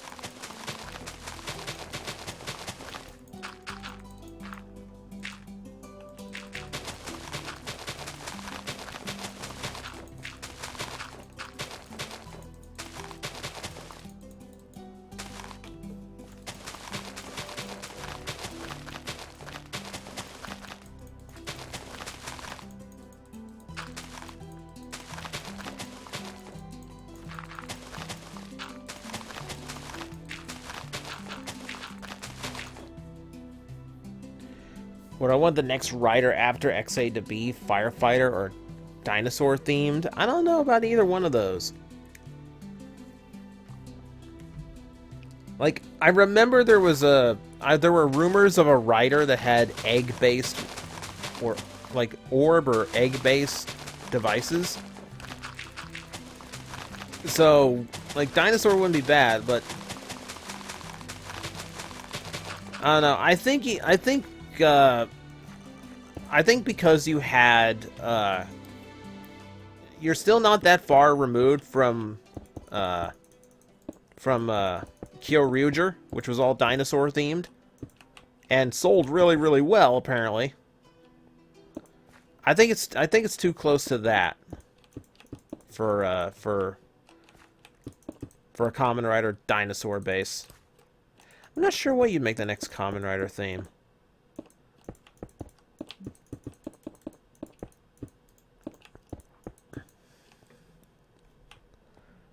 Yeah, I don't know if you do Firefighter, because you had, like, Forze, like, Firefighter to Forze was just one form. I don't know if you could get an entire theme of stuff out of just Firefighter. Like, for a while, I think that's what a lot of people thought Ex-Aid would be.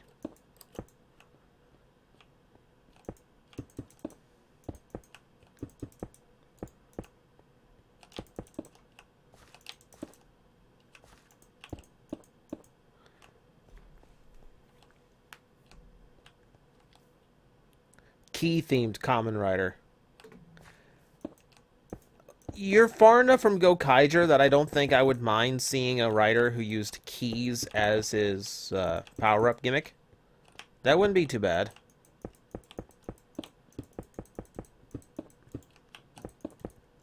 Like, if you had to work in themes of things like doors and chests and things that those typically opened up. Though, again, I'm not sure what you do form-wise.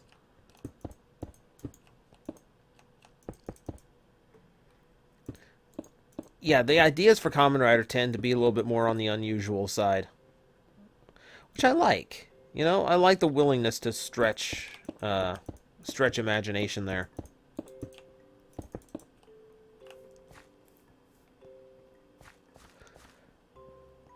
Wulin Warriors?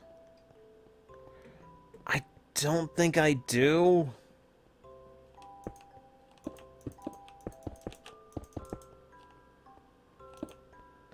Yeah, I think that's the strange thing, is that I haven't seen a bug-themed Sentai yet. Outside of, like, outside of Crimson and Navy for Ninja Storm. I'm trying to remember what they were called for, trying to remember what they were, like, Like, those were the Go Ranger. Like, those were Go Ranger in, uh...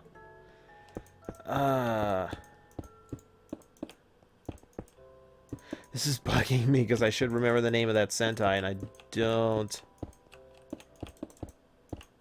Oh, well. Hurricaneger, thank you. God, why was that so hard for me to remember? Like, aside from the fact that I've never seen Hurricaneger.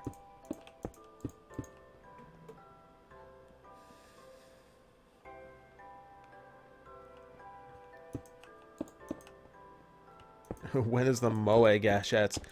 We're about to get one, I think. Waiting for that Buggle Driver version 2 to drop.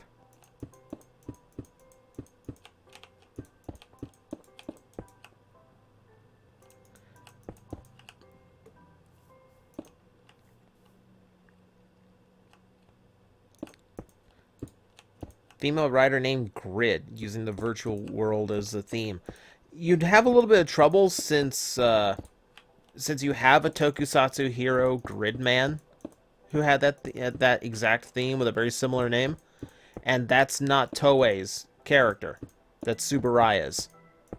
So you'd have a lot of trouble actually using that character.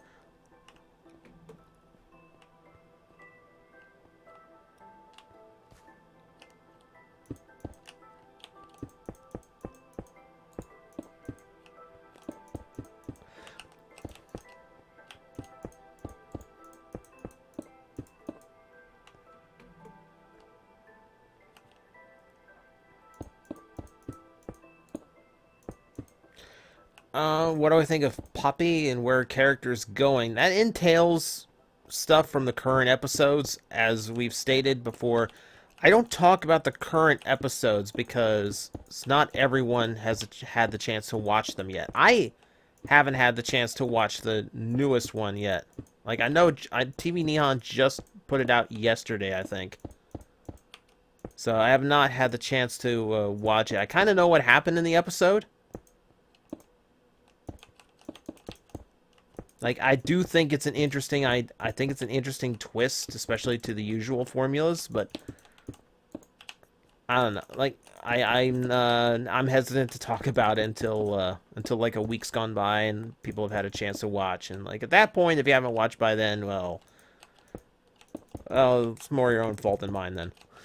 But for now, I'm restrained.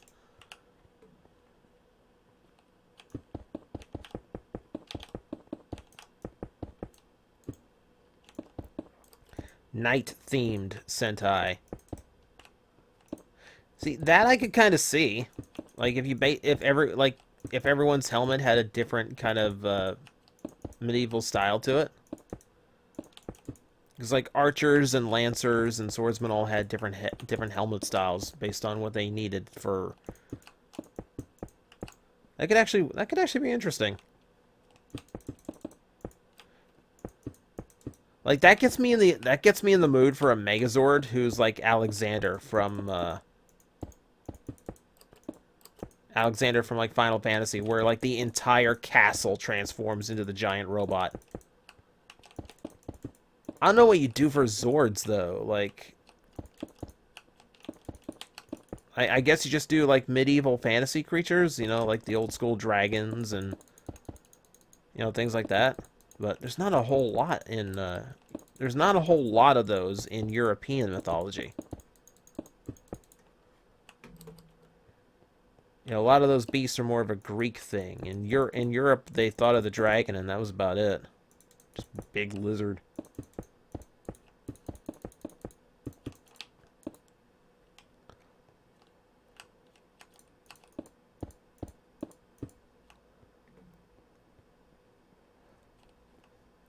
No, the king form would be like the power up for the season. Like you'd have like a royal armor power up that the Rangers could wear.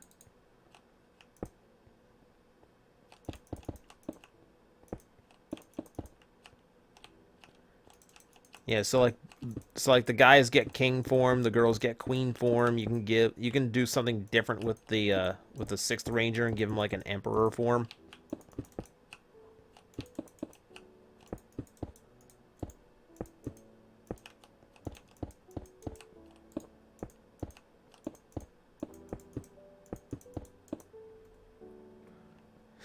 disease-themed Kamen Rider.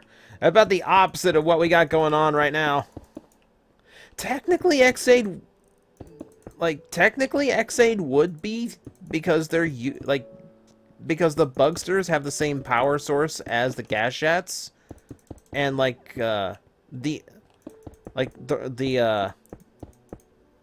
the operation that makes them compatible users for the gamer drivers is by giving them antibodies to the game disease. So you technically have that. And of course our main rider is like really suffering from the game disease.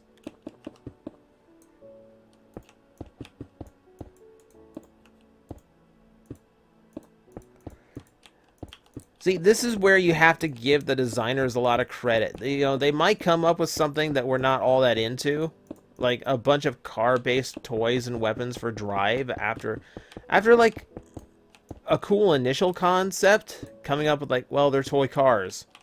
So, oh, here's a big truck that's actually a blaster, and well, here's a sword with a steering wheel on it. Just stop. You're not even trying. It's really hard. It is really hard to come up with a concept that is not only, like, cool and the kids would be into, but also something that you could get all that material out of.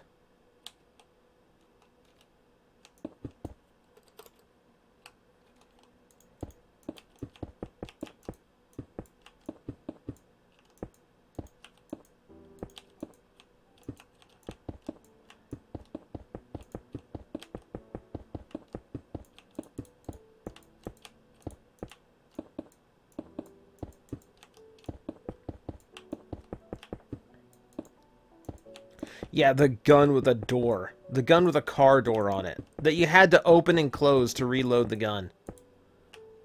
That might have been the worst.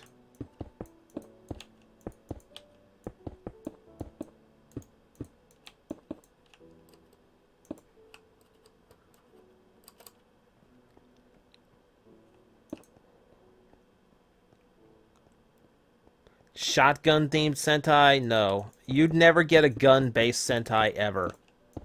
Japan's culture is so different when it comes to guns. Like, we're in America. We worship guns.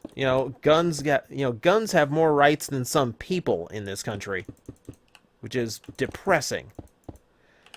But in Japan, guns are like, like, police get guns and that's about it. Like, if you want to own a gun in Japan, it's a ridiculous amount of red tape you have to go through. Like, in Japan, to own a gun, you have to notify the local police that you have a gun. You have to notify them where it is in the house. You have to take, like, I think it's like every 6 months or a year, you have to retake your test to see if you are, like, a responsible gun user. You have to keep it locked. And you have to keep it unloaded at all times. It's a ridiculous amount of restriction. At the same time, if anyone in Japan is murdered with a gun, it's horrifying news. In America, it's just like, well, yeah, that's every day. In Japan, it's a terrible day when that happens. And it should be a terrible day when someone dies from a gun.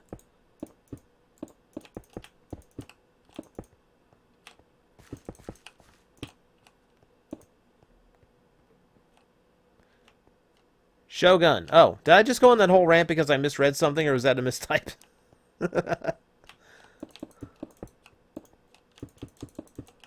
Shogun themed. That's again where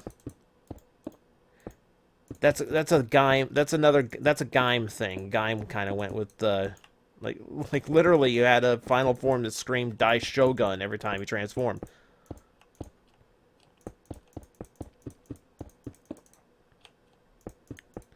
I'm sorry. Yeah, I'm sorry. It's late. It's late. I read it a little fast. I read. It's hard to read. It's hard to read it sometimes when the chat room is going full speed, and I'm just trying to pick out something that I can talk about to actually go off on.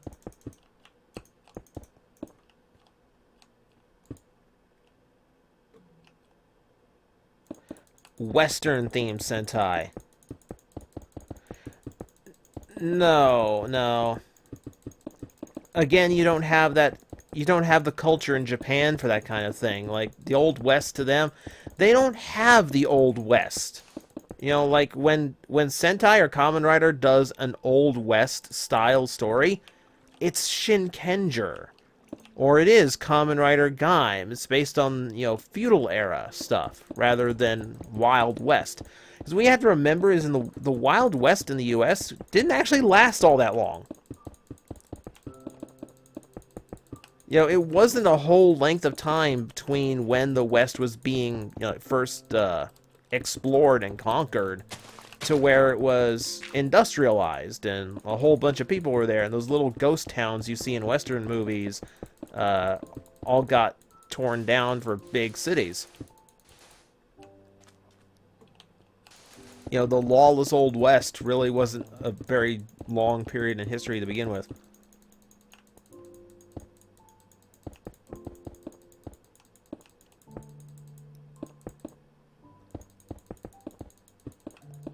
Yeah, they came up with the cheeseburger morpher because, hey, American. Like Star Ninja is what you get when you live in Japan and you just want to base a character off of American stereotypes. So he's Old West. So he's Old West. He likes his gun and rock and roll, and he's always got a cheeseburger. Because Americans are fat, Like, aside from just, like, if he didn't want to go into battle because he just didn't feel like it, and just to build up, like, the lazy stereotype of Americans as well, it'd be even worse.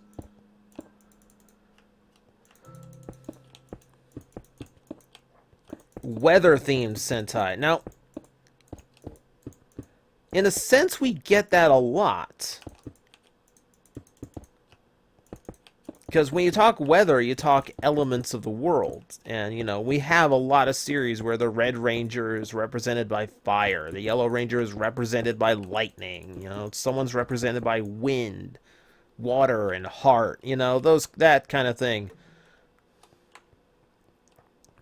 So we get that a lot, but we get it as, like, a secondary motif. We don't get it as, like, no one transforms and looks like a cloud front, where their visor looks like a whole bunch of raindrops.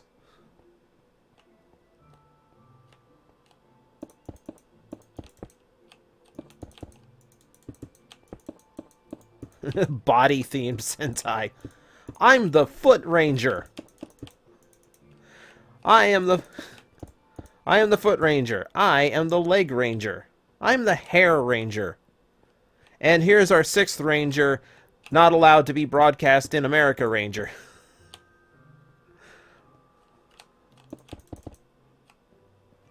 What am I building? As the title and the description of this stream says, I'm not really building anything. I kind of wanted to just do a chill and relax kind of hangout stream. Just everyone just kind of talk and we'll have some fun chatting together. Do weird things like come up with really wrong ideas for Sentai teams. Just while I do some grunt work here, I need to clear space for a big thing that I want to build.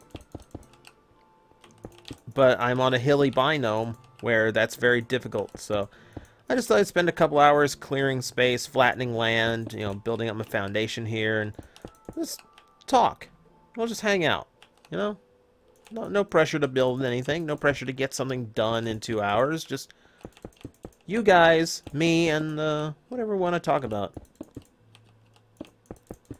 Music theme Sentai. We've had a few of those.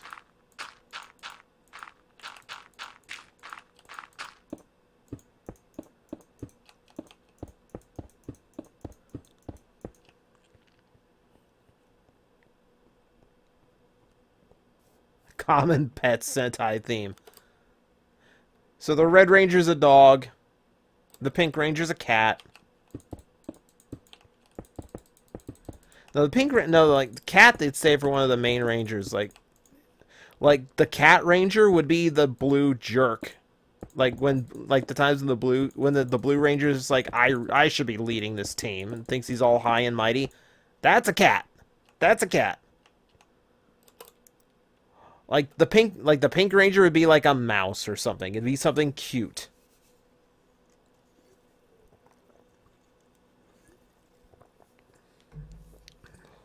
Mr. Black Ops, Cogman in the next movie is human-sized because he's a headmaster. So what you see in the promos and like all that stuff, that's just the head unit. I heard a spider.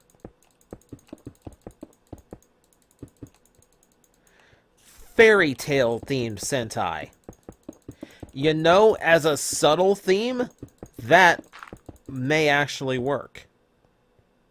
You might actually get something out of that.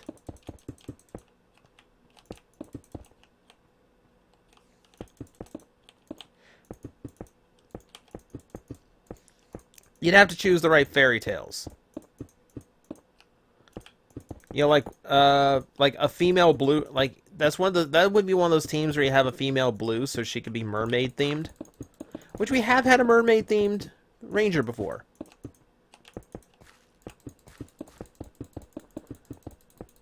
No, but there'd be some elements to that would actually work.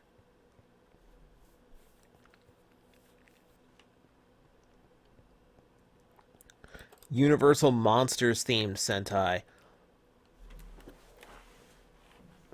That would have some potential. Understand that we have kind of had that in Kiva. Like, because all of Kiva's monsters, all of Kiva's designs were based in those kind of legendary monsters. You know, like Franken in that series was very obvious. But you also had the creature from the Black Lagoon, the Wolfman. Kiva himself was a vampire. It was all about being the king of the Fangire, so, you know, they're basically competing to be Dracula.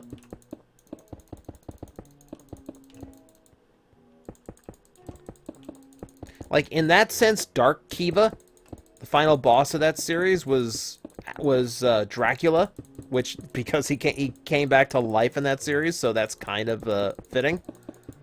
And that would make Kiva Alucard, if you really want to go all out with that theme and that idea.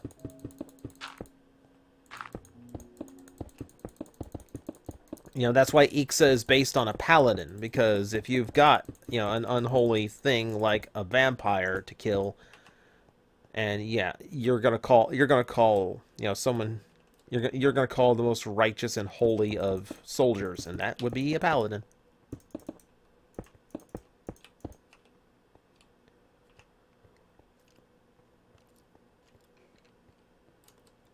How do Fangires work? I'm not sure I follow that.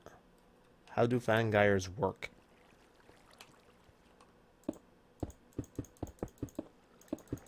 Death-themed Kamen Rider.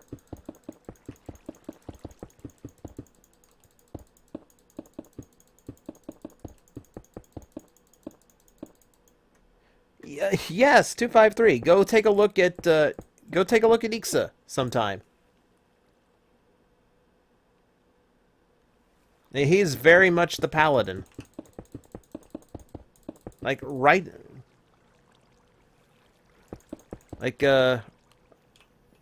down to there's some cross motifs in his actual suit design.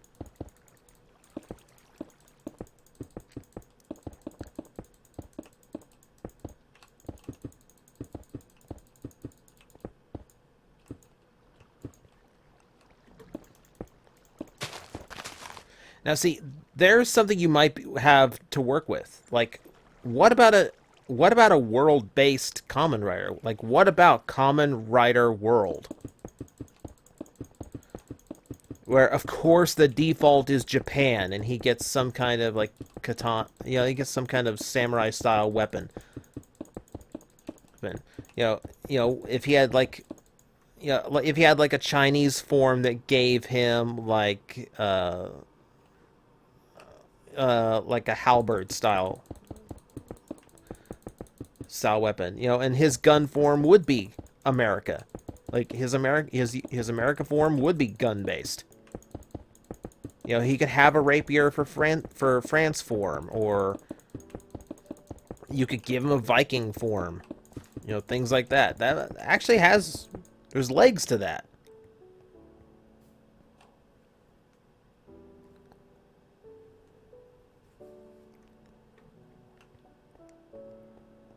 See, dinosaur themed could work. I'm a little hesitant to say dino themed because Kamen Rider O's used dinos for his final form, but there's only a few.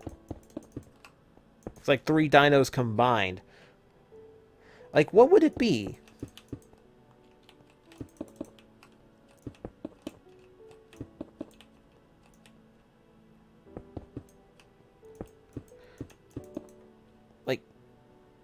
Like, if you make a dinosaur-themed Kamen Rider, you acknowledge that the T-Rex has to either be his base form or his final form, and which do you make it? And if it's his final form, what would be his base form?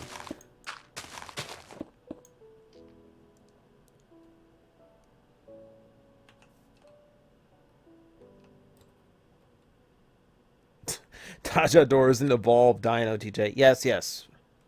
Dinosaurs became birds. I'm aware of how the biology works.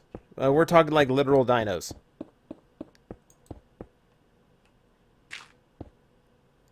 You can't think of a good idea for a Canada-themed rider?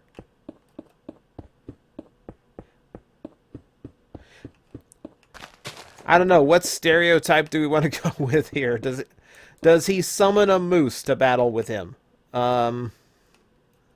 Is it like the diplomacy rider, and when he transforms into it, everyone just suddenly starts getting along?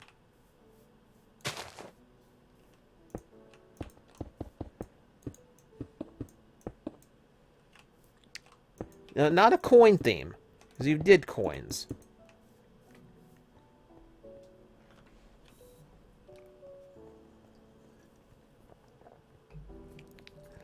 Moose saber. Just 2 twin blades that look like a pair of moose antlers.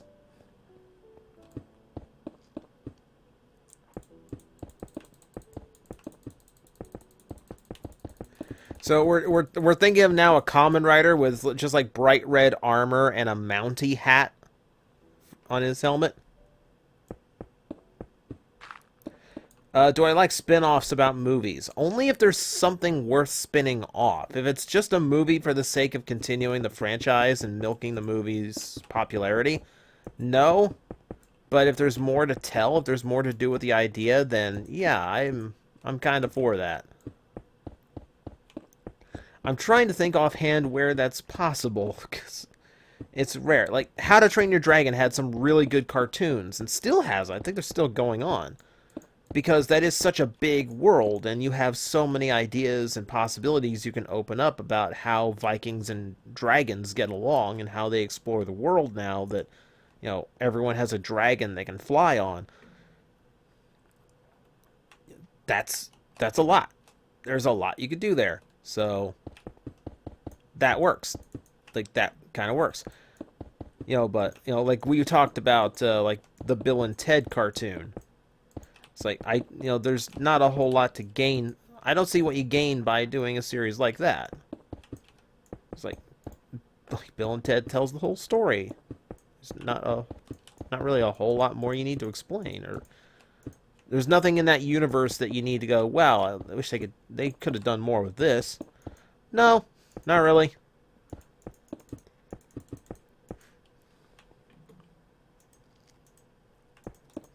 God themed. Well, what you're talking about is Greek god.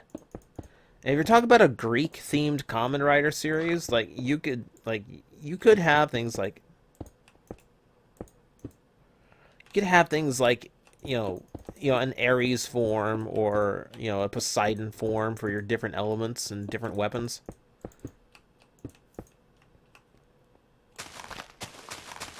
And then, like, your ultimate form wouldn't be one of the Greek gods, it'd be a Titan. But at the same time, you could also get a lot of legs out of that for, like, a Sentai if your theme was, like, Greek mythology, and you could have a Griffin Ranger. You could have, a Minotaur Ranger. And that's something that, again, that they've kind of done. Magi Ranger kind of went with a theme like that, where everyone was kind of a magical, mythical beast.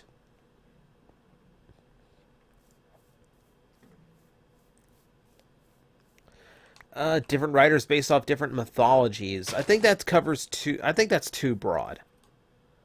Like, I think you need to narrow it just in case if it works well, then you can wait like 5-6 years and do it again, just with a different branch of mythology. What would a Zeus Ranger be like? Well, he'd be your Red Ranger, but it'd be lightning based. So yeah, a Red Ranger throwing around a whole bunch of red lightning with a sword that looks like a lightning bolt. That would be awesome, actually. Or you might need to save Zeus for the 6th Ranger. You might have to make Ares the Red Ranger just because that's the natural color. And then the 6th Ranger could be a Gold Ranger based on Zeus. So he had a lightning bolt-shaped sword and threw electricity around.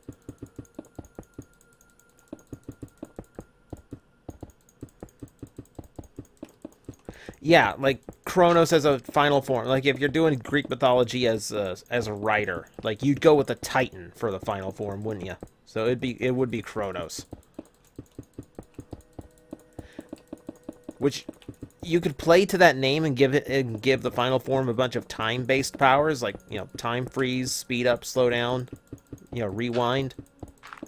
So you'd have that power level that gets really annoying about how powerful that final rider is, but he pulled off in the last episodes with really cool battles.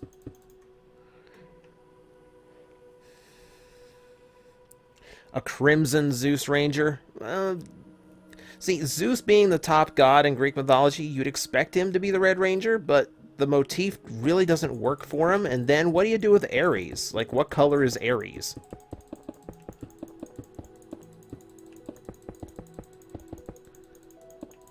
I don't think you do like a Time Fire or a Go Ranger thing where there's just a second Red Ranger hanging around. I think it's a little bit too close for that. It's a lot more you could do with it too.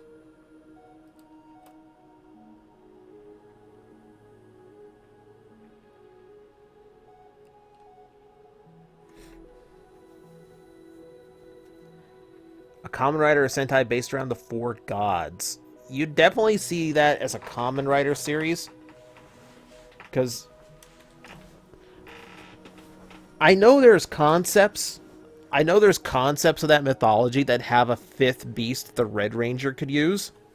But you still need to think of 6th Ranger. Of course, we're in the days where we have to think of 11th Rangers. So, like, who's counting anymore? But I think that works better for a Kamen Rider.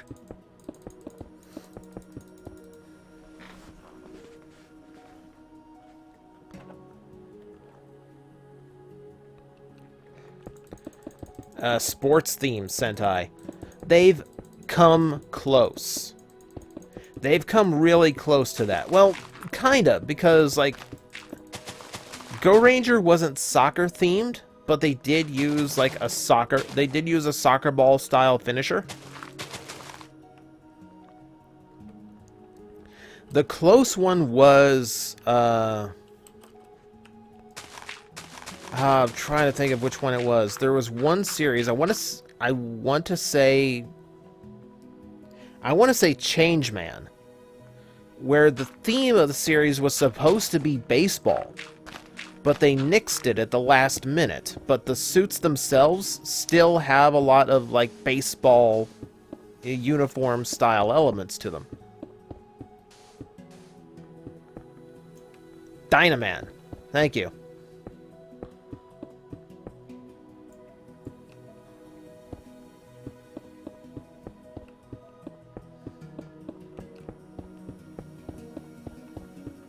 That was back in the days when, like, Sentai themes could be a lot less cool. Like, you could have, like, teachers. You could have dancing. Like, these days, like, we're in space. And we all use spaceships for Zords, and we got robots and androids on the team.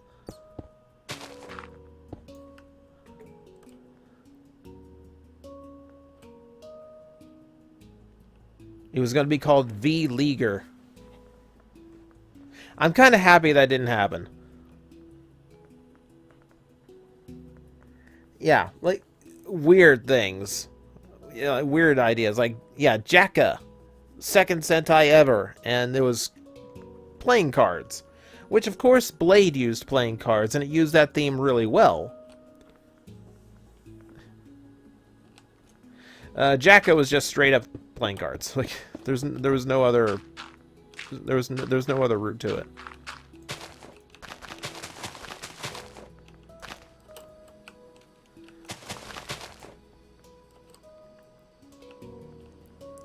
Paper themed Kamen Rider.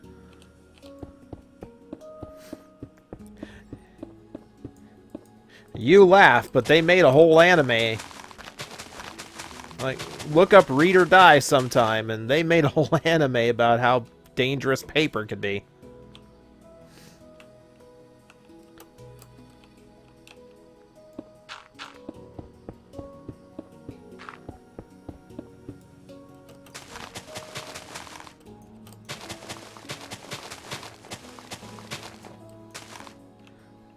Sunpai, we avoid spoilers in this chat, at least until they have been out in episodes for one full week.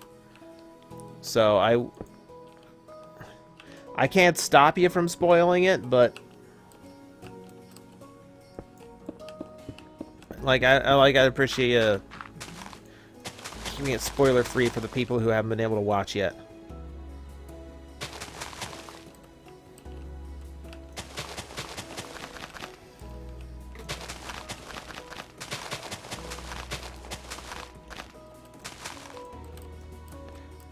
Miss America can see into your soul. Yeah. If you want to see the weirdest Sentai design of all time, look up Battle Fever J.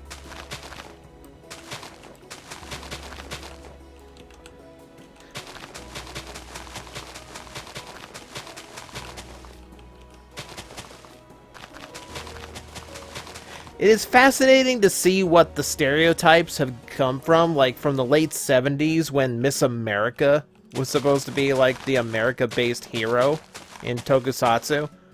And then like going from that to Star Ninja, it's a little bit of a rough transition. We've not been seen in the best light by the Japanese community.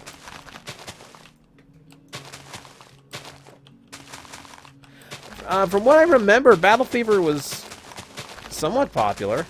I know it's got some legacy to it.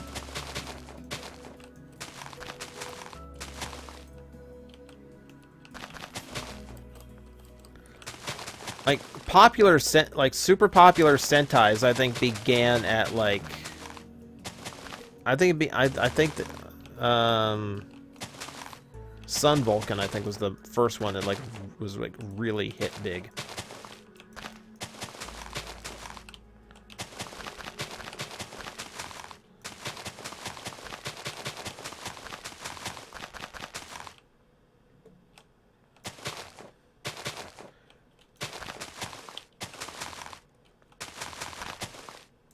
Kamen Rider themed Sentai.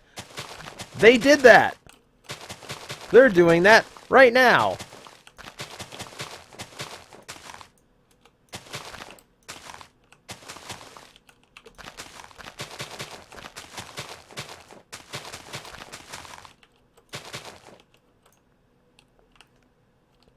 Which Kamen Rider should team up with Batman? Double. Detective and detective.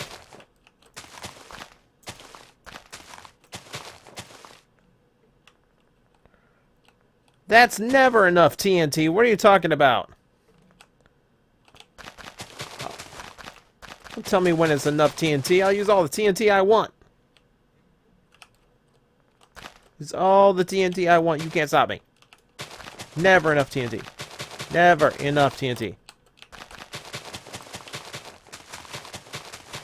Never enough TNT.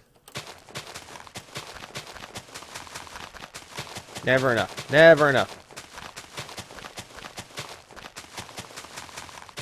Never.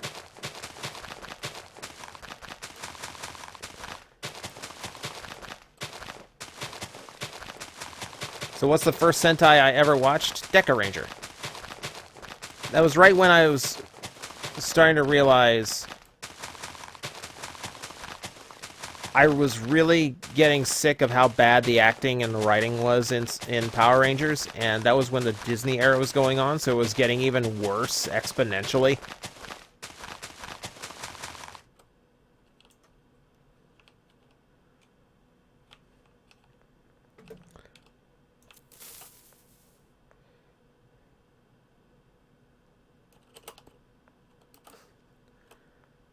Just wait. It's on its way. Oh my god! It's like watching a meteor come down.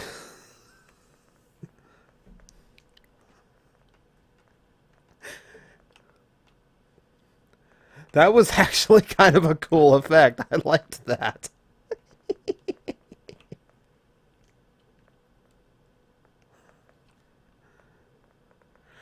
Woo! Oh, we do have fun.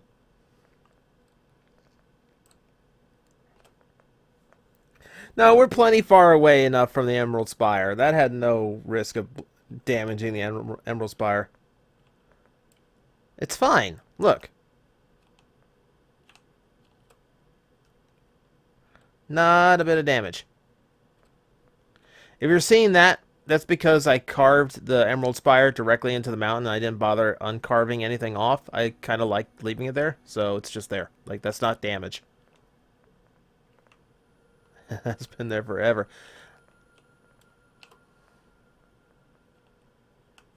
You need 20 times that. You should do pixel art. I used to do pixel art in Minecraft. I found it a little bit easy. I wanted things that were a little bit more challenging. You know, like spending 2 hours exploding the world.